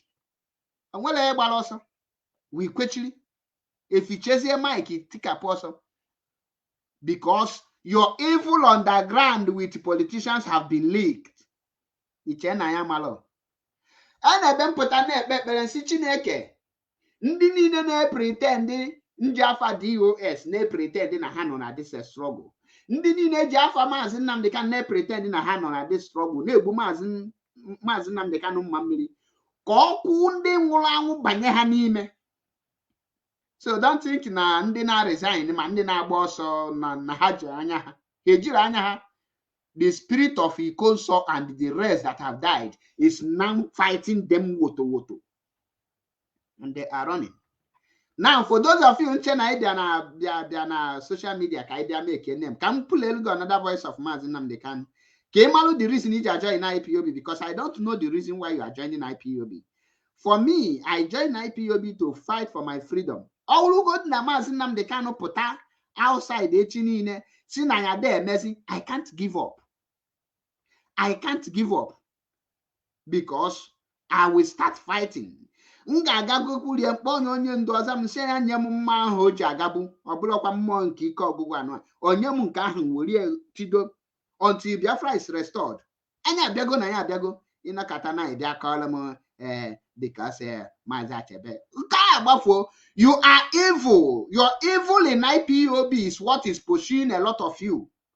Onye ọbụla ifu na resign at this junction, ọ naghị resign with Anyoma, ọ na resign because now the spirit of Biafrans are chasing him because he is an evil person.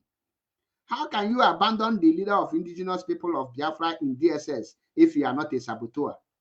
If you are not a sabontike, how can you resign at the war front, the middle of the war, if you are not a sabo?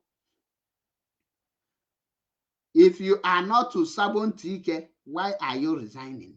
Because you are Ezbo Sabo. Where is this video? Because Achomka, our people know the voice of the man they are following. Now, Bole Pota, Iyalema, the onion so Iyalema Hanako, Ipotena Koeri, you will title, Ko the title Nazabeho. Nde Nazam Meje Boawo, Meje Boom Kapia, Meje Boom Special one, celebrating native daughter freedom fighter. The number one man, strongest now resign. Oh, the funny. Chikwachi. One year no no way giwe. Gakwodo. I'm here to please you. You know, Kati resign, eh? Is Mazi Nnamdi Kanu out? Have Mazi Nnamdi Kanu be released? Can you about this video? I have a lot.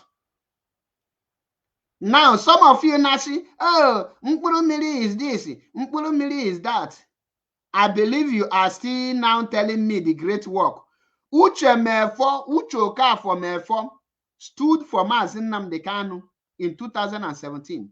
He never resigned. He makes sure that Mazi Nnamdi Kanu come out before he now starts misbehaving. The moment Mazi Nnamdi Kanu was kidnapped, Opula resigning because these are the product of Uche Mefo, product of Obido Bienu, product of Donald Azubike, product of one Nigeria. He may find you back attack, Abia for you, a mega attack. He may expose against Nigeria government, Ibulu enemy, a mega attack. Ebe this broadcast dị kwan kita need ka ọ ma apụta ka broadcast ngechekwala ọfụ na wa for this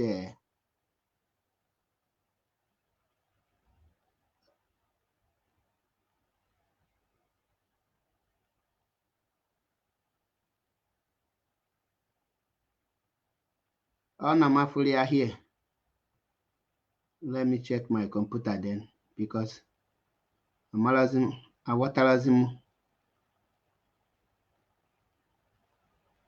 All the kind brain under Abuka hope I will take 4,000. Okay, I have seen it. Don't understand our mission unless they are in the spirit. For mortals to understand what we have come to do, they have to align Now, I want you to pay attention. I'm going to play this video without stopping. Can play what are the reasons IPOB? Pay attention to Mazi Nnamdi. Understand our mission unless they are in the spirit. Yes. For mortals to understand what we have come to do, they have to align their will with that of heaven. That is why this very morning, as always, and in keeping with everything that we hold very dear, we come forth to proclaim the goodness of the Most High, to also ensure that Biafra is restored. That is a very simple mission. It's not complicated. Go and bring Biafra. They never said go and become a freedom fighter. They never said go and be conducting rally every year. It never said go and become popular or famous. Makandi Naza celebrating our freedom fighting. They never said we should come to do what others have done. Okike said, pave the way. I have paved the way. I will command all the angels of heaven to make sure that IPOB is given enough protection to ensure that this my kingdom comes as it is here in heaven. That is our mission. That is our commission. That is our instruction. And we must execute it. We are truthful. We are honest. We are sincere. We don't prevaricate. We don't retreat. We don't surrender as our enemies have just recently discovered. In Ania, they can keep lying. I told the zoo, and I'm a woman. If you're a journalist and you're worth your salt, because I did not give them money, they don't want to write the truth. You will eventually speak the truth. We will force journalism in the zoo to change. To be truthful and bold, to speak the truth. The same way, by the time we finish, no idiot can open his or her mouth and say from Nigeria, because the name doesn't exist. A nation Pomodoro. Click the link on the comment section, then you can come in. Click the link on the comment section, you can come in. We are winning on that one already. People are coming to their senses now. No more Nigeria, people are telling us where they come from. That is better. By the time we finish with the vagabonds called journalists in the zoo, they will begin to report the truth. They will begin to hold office holders to account. They will become more incisive. They will become more investigative. They will become more assertive. They will push for the truth. The reason why people are suffering is because there is no truth. People believe in lies. And when you're lying, you're doing so brazenly. Radio Biafra will drive away all these demons. If you're an IPOB and you're used to lying, you're an IPOB, you don't know what you're in Atuasi, your days are numbered. I hate liars. I can't stand them. I'm going to YouTube. Confirm. In Atuasi, I cannot stand them. Anthony gap on IPOB. Now, search your conscience. You have to be of good conduct and to put together. Confirm. Everything in life works in perfect alignment with the will of God. You cannot be a liar and be thief and a kidnapper and you want Biafra to come. You are pretenders. If you're a liar, you're a thief, you're a kidnapper, you are somebody working with our WhatsApp Fulani as a saboteur and informant. You want Biafra to come. Ndoto pilot unanege kwanti. You're a hypocrite. And Chukwu Ukike Abiyama can never ever listen to you. That is something you need to know. These are the things you need to bear in mind. These are the things you need to be conscious of. If you are of bad conduct, go and change. For you to remain in IPOB, we want people that when parents see them, when they see the way you behave, parents will send their children. Come on, that is what we want to do. Now, ọ bụrụ na parents fụ ndị na-agba moto mmadụ ọkụ na-agba machine mmadụ ọkụ na-agba shops ndị mmadụ ọkụ, would they tell their children, come on, gaa soro ibe unu join IPOB? Maka ndị autopilot, una na-egekwa ntị. That's exactly what we want to do. Not to raise a group of people who are ill-behaved, people that have no respect for their elders, people who have no respect for their mothers and their fathers, people who have no respect for their seniors, people who have no regard for the betterment of the environment and society that we're living in. We need model citizens. I am not waiting until we get into Biafra. We need to behave now like Biafrans. And our behavior is not like that of the baboons and monkeys in the zoo. We are different. And we need to show it. Truthfulness is key. If you put something on the road that doesn't belong to you, you give it to who it belongs to. Do you want Biafra? I ask you. Do you believe in this gospel we are preaching? I am telling you exactly what Chukokika Biama said must be. If you want me to bring down my kingdom from heaven to this earth, the conditions has to be right. That is why I did not give you Biafra between 67 and 70. Because you are sinful. Because Pomodoro, there is link in all the platform here. I will paste the link again. Where are you watching from? Is it Mazi Achebe Paul or Biafra Unity or Biafra Unity TV on YouTube? There is link in all of them, and I will post it again, so you can just follow the instruction and they come in. And also, you were idol worshippers. Anything I tell you is correct. Men are worshipping idol out of ignorance. Men are worshipping idol, white man's idol, out of ignorance. That is the only thing saving you. Kanu, you know here this morning. The only thing saving you from the wrath of Chukokika Biama is that you are doing so in ignorance. That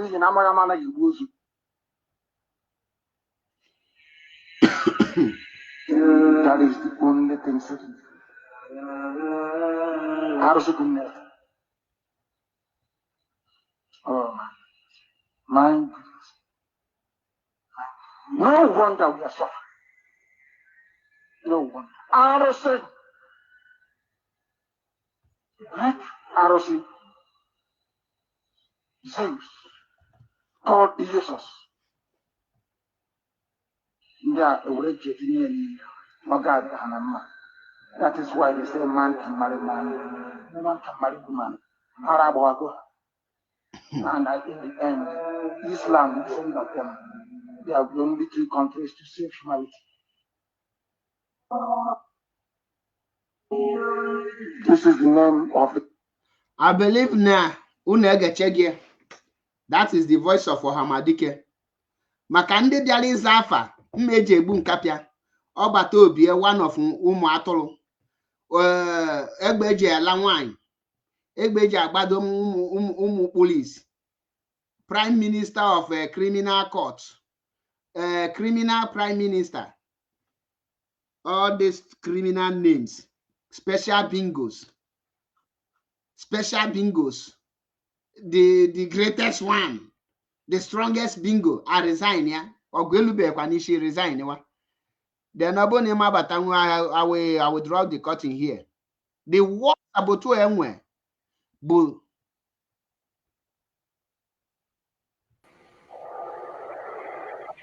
How's in there? Yes, can you hear me? Loud and clear.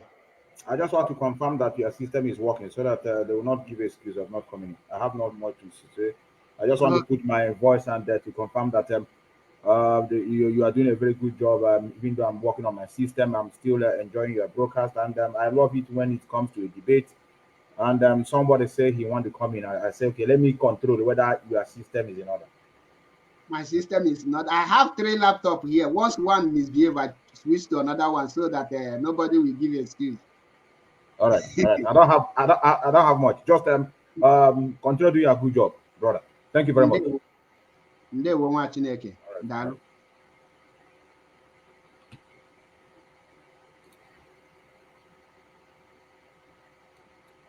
We have a caller on WhatsApp here. Welcome to the program.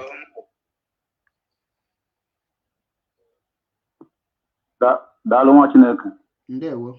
Kene. Hello? Ndewo. Udo dị nwa Chineke. Ịma onye na-ekwu nna. Mba. Ị ga-amarazikwa n'ihe na nke ikpeazụ ị na-emezikwa aka ekpe. Nwanna. Ebe na sera.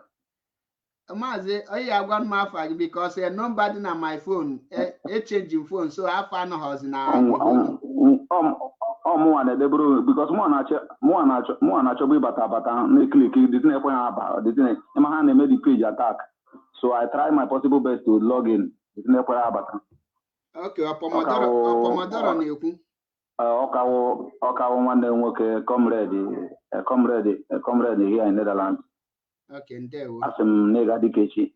Daalụ maazị, ịga dịka echi na echi adịghị agwụ agwụ. Aha m bụ Nwachi, so inwe ike were this number store ya so that ọ data ịkpọ m akpọ ire kpọọ m ọ data ịbata adịbata m na soja go soja com. Ọ ihe aka ekwewe mụọ anyị.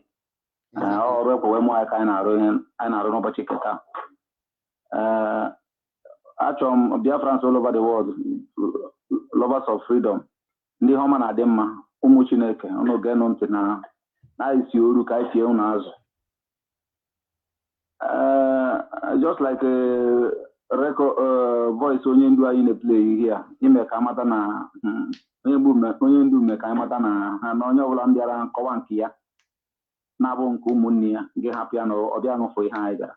Exactly. Ịma na onwe ndị nọ na this struggle mbịa afọ ha. Somebody like me speaking to you tonight,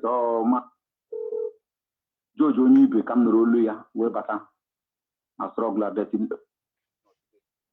That the same voice ahụ na-eko mgbe ahụ ọ nọ under Mazi Nnamdi Kanu.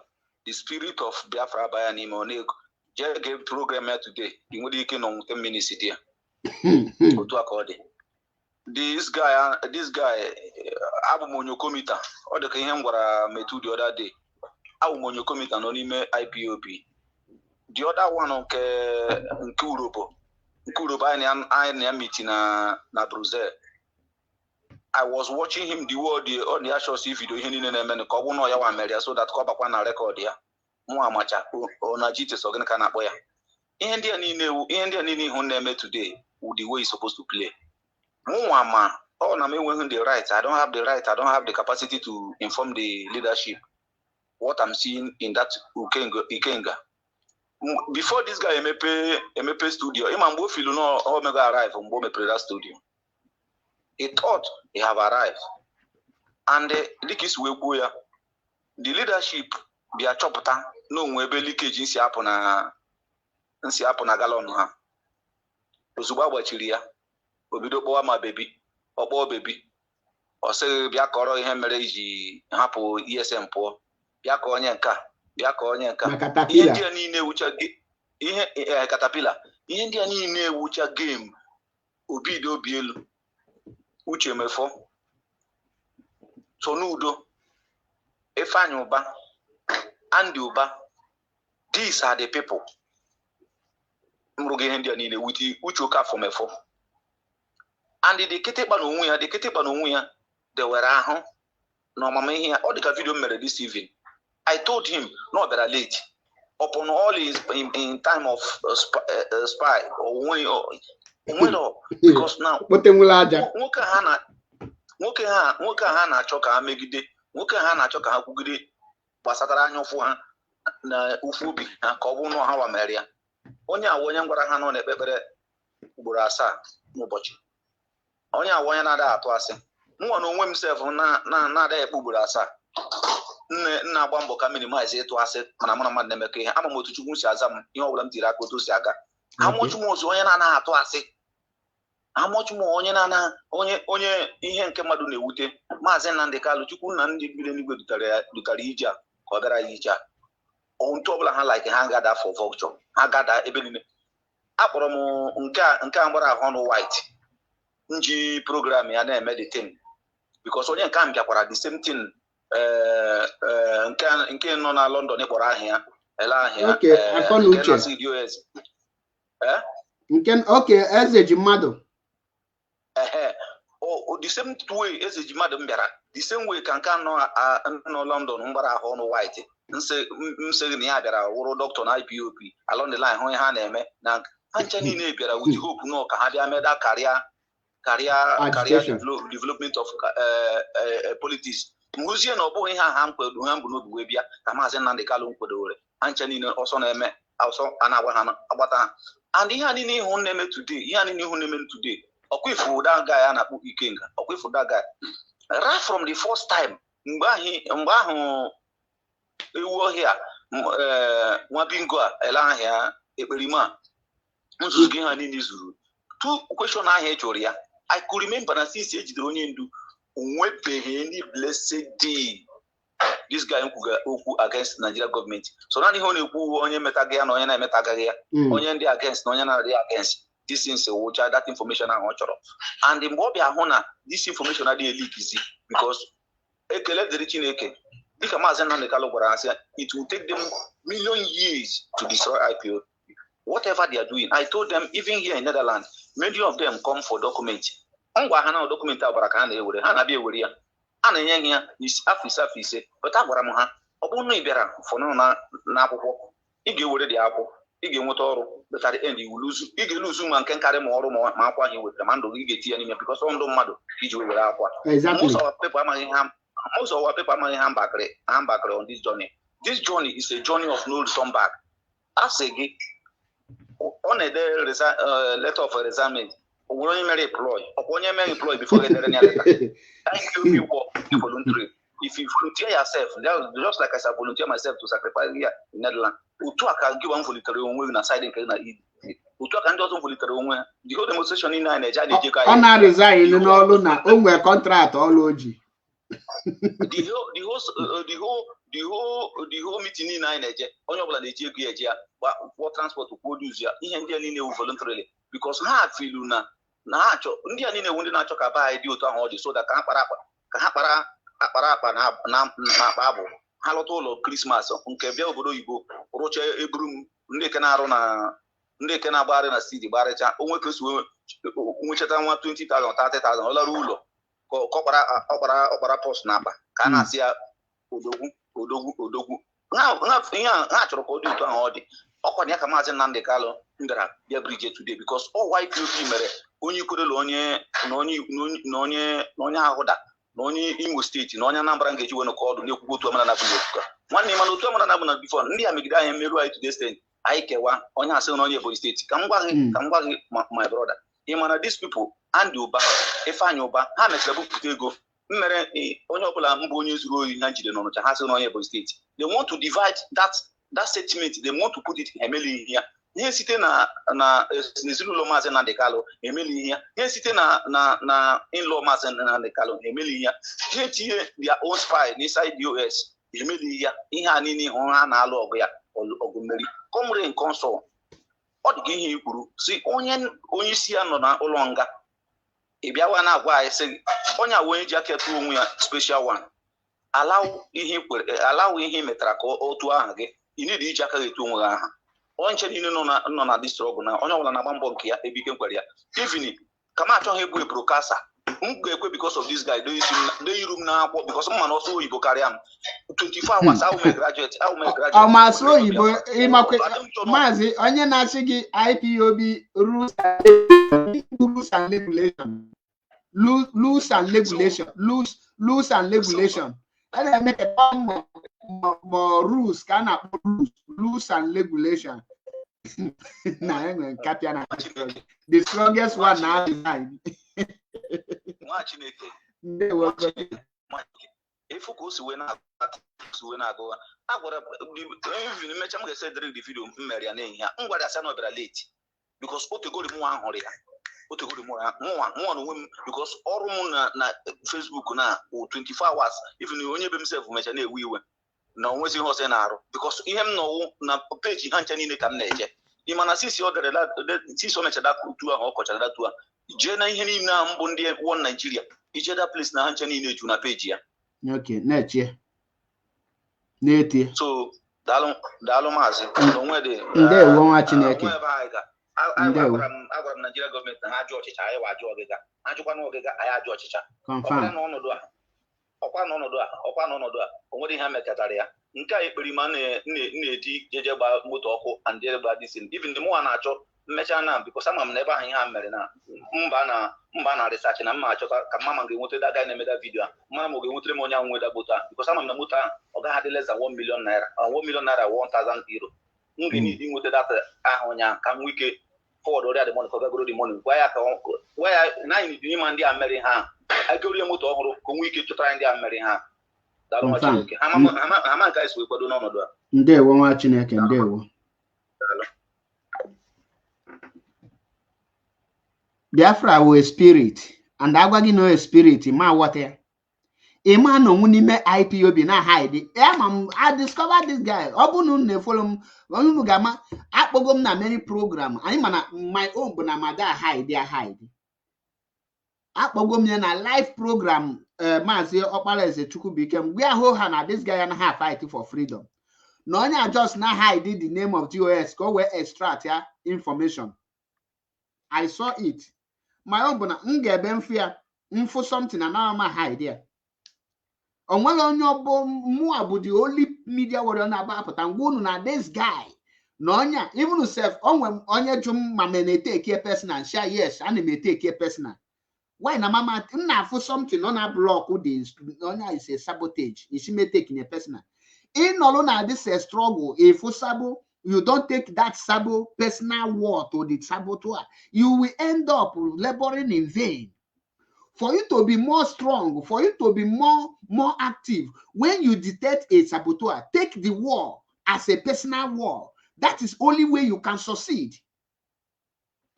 All you need to take the war as a personal war. The person will overcome you because he can say, "Oh, you know,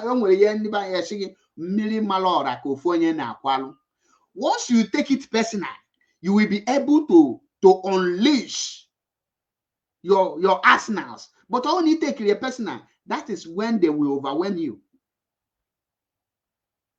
That is why, if man name program, nchoy biap for person, some people get before. I take my war personal. Mga fight take it personal. Because Biafra restoration is all voluntarily. Mazi Nnamdi cannot take it personal. That is why Oji lost our father, mother, and the freedom. Yeah. I will not take it personal. Ogasi, Nanya no go 2 years in a prison. Or you also be replaced. Yeah. Kanya gali go do the noble also nyawa gata the afu.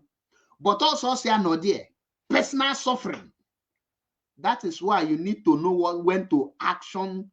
Take your actions personal. All you need to take your personal. Imagine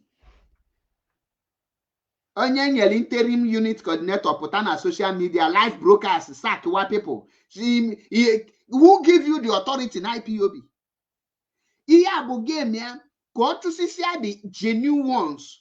Or puche the genuine ones, then or resign ya everything a collapse. So he put on a social media. You see that anyone who address your unity as a zone, you will sack the person. No, that is Namado address your unit as a zone that you will sack the person. And interim unit coordinator and me and our social media. Getting the motive to get people angry so that people will leave the movement. I want my national coordinator, Italian national coordinator here. I don't say what I don't tell person. I'm not a make quasi. But I want to share that now. Nyane luanya. Komalu people unji dia character. A chopo people na IPOB. No na chopo person na IPOB. no nya hadilo genuine, no nya who were motive can ya chupo people when people are no longer coming. The person are resign at that place a close and the guinea luanya nigga for many of them. Agwanya this thing. Osimo na ya ga because Italian national coordinator polapona niye neme. Obulo somebody ya bia ina kata ishi na abanye ime mba okala aka niye neme. Oso ni fa na alụ.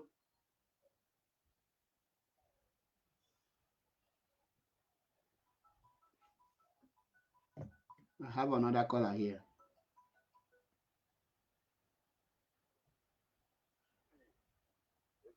One. Ndewo nwa Chineke. Greetings. Ka emo na na-ekwu. Oh, mmiri mmalụ ugoro. Esi m United Arab Emirates na-akpọ. Ndewo nwa Chineke.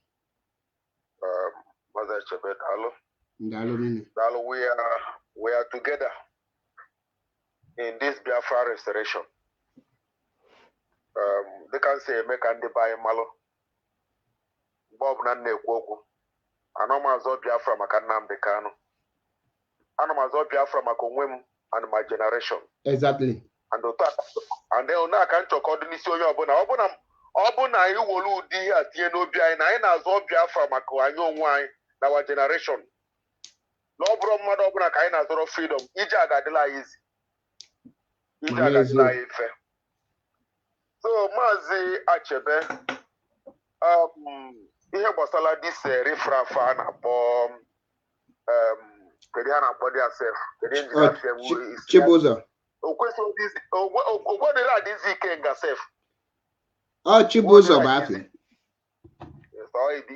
It's a fool. Ka m gwa gị nke bụ eziokwu, ajọsụ m na-eme ka m karịa the guy along na this Biafra restoration. If onye a na-enye broadcast ọ na-adị ka ebe a na-eme joke. Ọ na-adị ka ebe mkpụrụ mmiri na-adị too much na arụ ya na ọ na-agbafe mkpụrụ mmiri oke na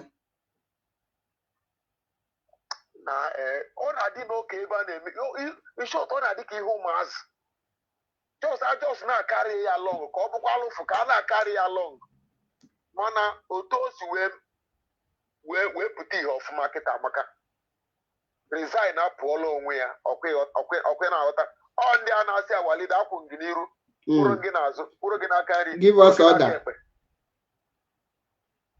Egwu esie n'ike na ọmịpụ egwu esigo n'ike ọmịpụ ọ kịta ka eji ama ndị akwa siri ike n'okwu. You understand? Kịta ka eji ama ndị akwa siri ike n'okwu. So I'm happy. So say you like gị so much more Methuselah, Biafra child, all our media warriors, Wada Chalugo, fearless evangelist. Thank you very much. In short, IPOB the special, Unu the special. Look at if this time around, Eba si say Jena, Eba Kaiga Neje, Maka Eba can so wide. Confirm. That place as I get Jena. That place as I Odika religion anwa, eju destroy the prayer of our people. Eba si I Jena, IPOB adrop ihe ndị Igbo, anyị na-ekwu ata without number.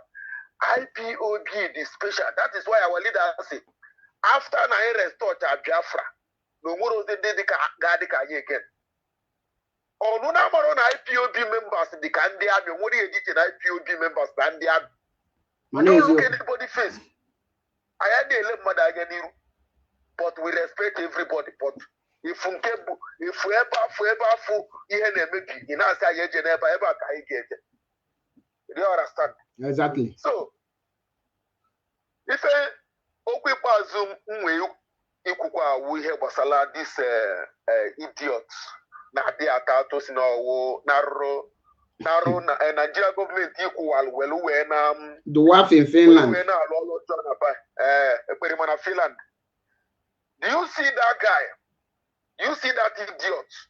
Na ụmụnne ya anụnwa o ji na-edi amụọ m ka mmadụ ga-esi na-edestroy ihe ụmụnne ya.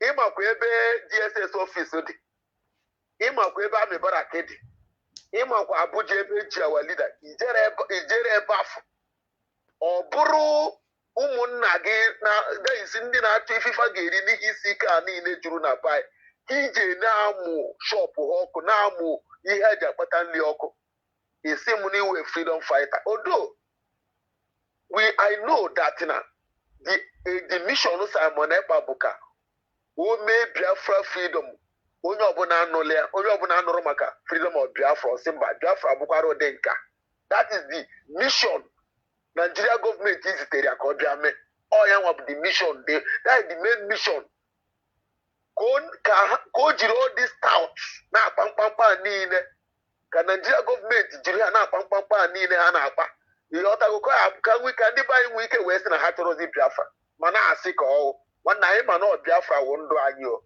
ifuru Biafra Nigeria gọọmenti ihe awụ their last bus stop nwanne o nwee mgbe ọ elu nwanne Nigeria si ka anyị mee in peace anyị eme ya ha si ka anyị mee ihe in hardware anyị eme ihe hardware ọkwa human being like us ka ha wụ ọ mmadụ ka ha wụ ka anyị nwa bụkwa ịghọtago because anyị afụgo na eweziga Biafra nwanne eweziga the freedom of Biafra nwanne anyị abụgo as a race Fulani ga-abịa wughara ala be anyị wughara ala be anyị Mazi Achebe ọ na ịmara mishọn Okoyibo na Imo steeti ịma the mission o ji eche ịkpọpụ osno 40 youth osno 400 youth ịma the mission 4,000 youth to convert them to Muslim. Thank you very much. ịma the mission bụ ka ịkpọpụ youth niile nọ n'Imo steeti nwee ike challenge ya ịma na youth bụ the power of every nation. Ọ chọrọ okpopụ youth ndị a niile kpoga ha na obodo ọzọ ka Fulani agenda oji ka ha bịa steeti nọ. That is the mission. Iche na visa niile ndị a na-enye ndị be anyị youth ndị be anyị a niile Britain nakata ọsị na ha nyere Biafra asylum. Ịmara the reason bụ ka ekpopụ youth ka ọ bụrụ so ndị agadi nwoke ga-afọ ka Fulani agenda nwee ike wee sosid ya mana ọma lelofa because we are 7 steps ahead of them. We are 7 steps ahead of them.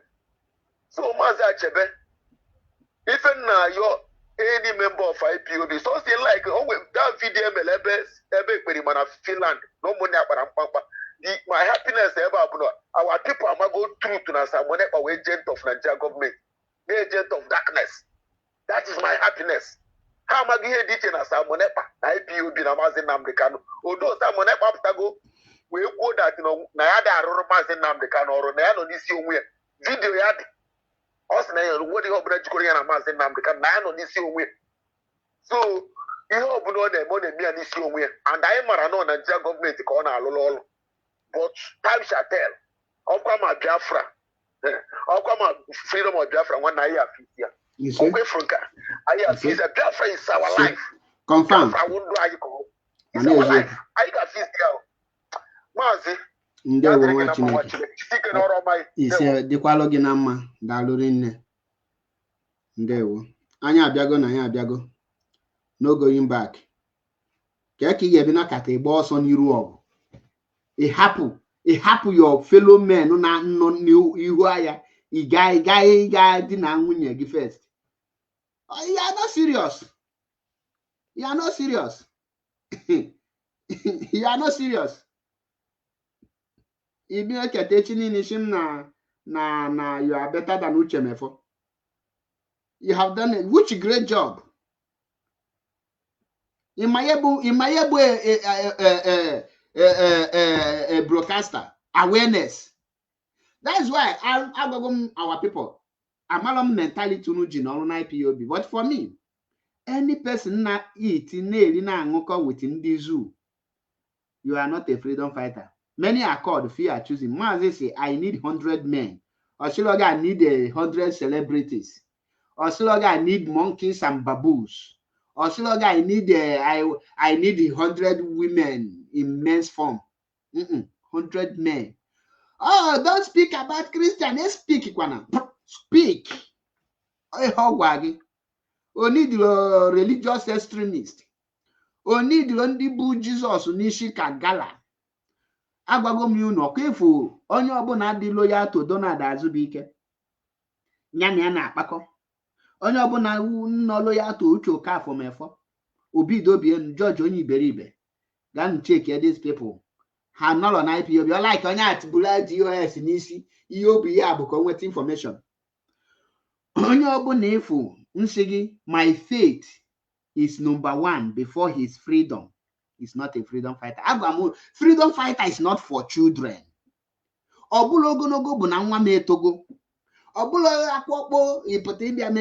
Freedom is for men. Men my febu freedom. Freedom abụlọ for kwashoko people. Abụlọ for onye gbara afọ ọnụ ọbụlụ nwoke.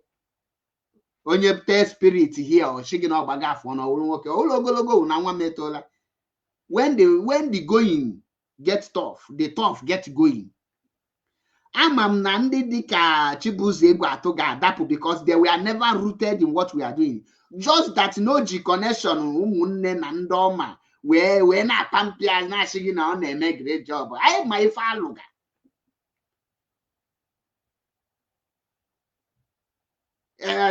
Speaking from leadership, which leadership are you speaking for? Condolence. What they was some meet and now couldn't wefu.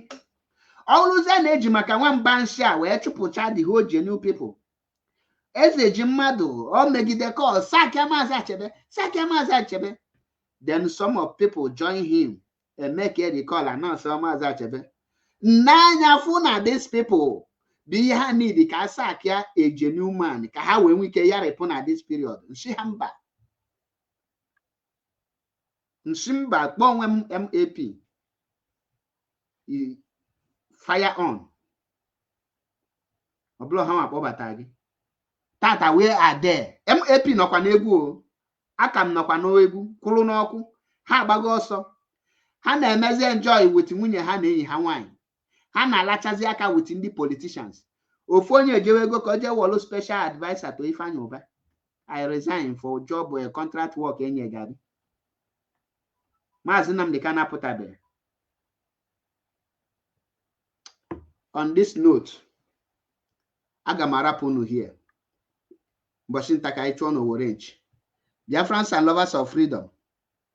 Our leadership, anya unu sa. Malone the kind of information unu get released for some kind people. We have to move ahead. I will never forgive any person abandon Mazi Nnamdi Kanu at this junction. I will never forgive the person. Once you abandon Mazi Nnamdi Kanu at this junction, I will never forgive you. That is the worst thing you can do. So, know it, regardless of who you are. Ahead. Let me use this last caller to round up, so that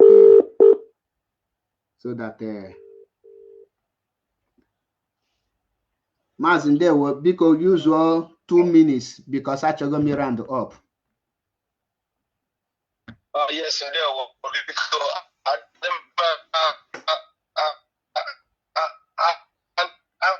Mazi, your voice had not clear at all. Your voice had not clear at all. Okay, how do you go market? Go ahead now. So, the eventually contribute to one years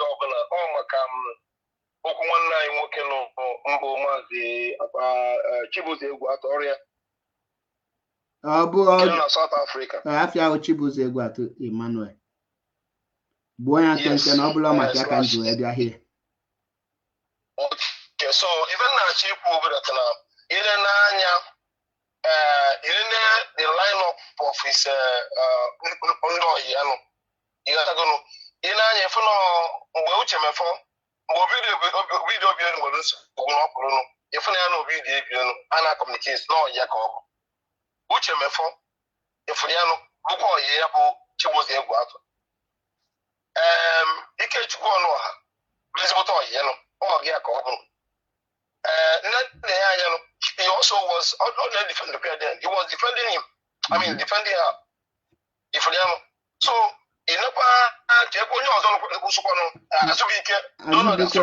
bread million man in America. Yes. So in this line of where are these people now? Where are they? in this struggle. They are nowhere to be found. So it is or you have in down a bundo, Tanya, the Uncle. At this juncture, or kind of so that means I send again Kino Square by a man. So you need now, we are looking at the workers, and we have put that an Amazon, see my boozy, so my detail from the because I say, Ali, you say, show me your friend, and I will tell who you are. So now, you know, forget about yours, or not. Okay, Oton Kiano, Ejon, no, if we I pathology to a Catano. You got to go, but I get deep and I can want to go to the situation. If Friano now we're not go send press release code or resignation letter, but the problem is right and anything we are still watching. You are still observing the whole thing with keen interest. If Friano. So now I have my own contribution. I want much to say. You got to go to the next line of game. I will actually just Dalorina, ndewo. Ndị be anyị ga-awụsa na ahịa maka na ife agba n'aka ejighị ugegbe eneni. Ife agba n'aka ejiri ugegbe eneni. Anyị abịago na ya abịago. No going back. We can never go back. No retreat, no surrender. Head ahead. Ọchanja malụ na onwe ofu onye abịaghị ahịa. IPOB nọ ọnọdụ ka osimiri. Ada ịpụta ikulu nwere ọ dịrị ya ka ikupụl anything. So Nepo na IPOB who will not feel it. I am they are one band shape. Who are you? I forget we be the IPOB. I follow you we be the IPOB. You never knock at a drum madam. Somebody be very close to Ostraman. Ostraman and now we call Ostraman unkwa fighting for freedom for Ostraman children. Look a year, look at the 7 months Ostraman only you disappoint him. Man, you disappoint your own promise. The people who go listen because of them, you will fight for Biafra. How you disappoint them. The spirit of Ostraman will never allow that Chibuzegwa to enjoy any money you have stolen from IPOB. He will never have peace. The spirit of Ostraman page should rise and torment him and his household for betraying the promise. The same thing to other Biafrans. Let their spirit rise and chase the vagabond Burumiri. He said, in alone at this Biafra struggle, any comrade in one equally fight for the freedom of those of this Biafra. Never you betray or think that you can go out because now the person I know her. The spirit of the person got power. If you know you have opened this your mouth to say that this guy that have died because of you, because you have laid down your life, I will fight for Biafra restoration. Never you think to betray and never you think to run away, because running away is betraying your promise. And those spirits of the people that have died will come for you. That is why I am telling you that is watching me now. If you have ever opened your mouth and said, because of our people that died in the sake of Biafra restoration, that you must fight, you better fight till Biafra is restored, or you fight till you join the ancestors.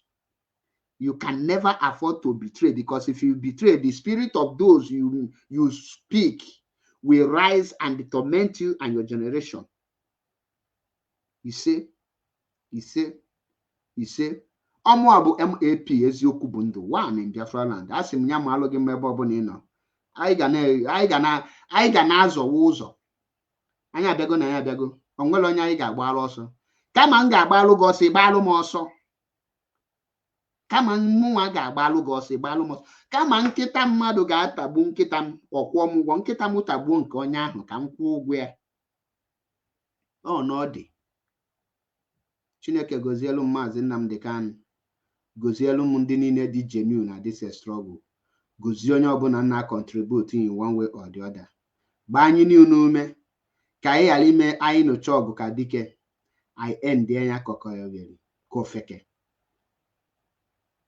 nye anyị ume anyị ga-eji wee restore Biafra n'ụwa.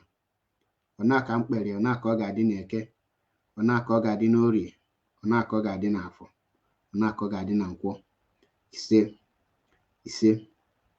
Ise ndewonu ndị ọma na-ege ntị, ekenekwa m unu ka emesịanụ. Ọ bụrụ na isonyebeghị m na Twitter Mazi Achebe Paul, gaa sonye m na Twitter. Ọ bụrụ na isonyebeghị m na TikTok Mazi Map, gaa follow m dia ka anyị ruo 1000 na TikTok ka m nwee ike na-apịanye ebe niile. Ọkụghọta, ndewonu. No retreat, no surrender, head ahead.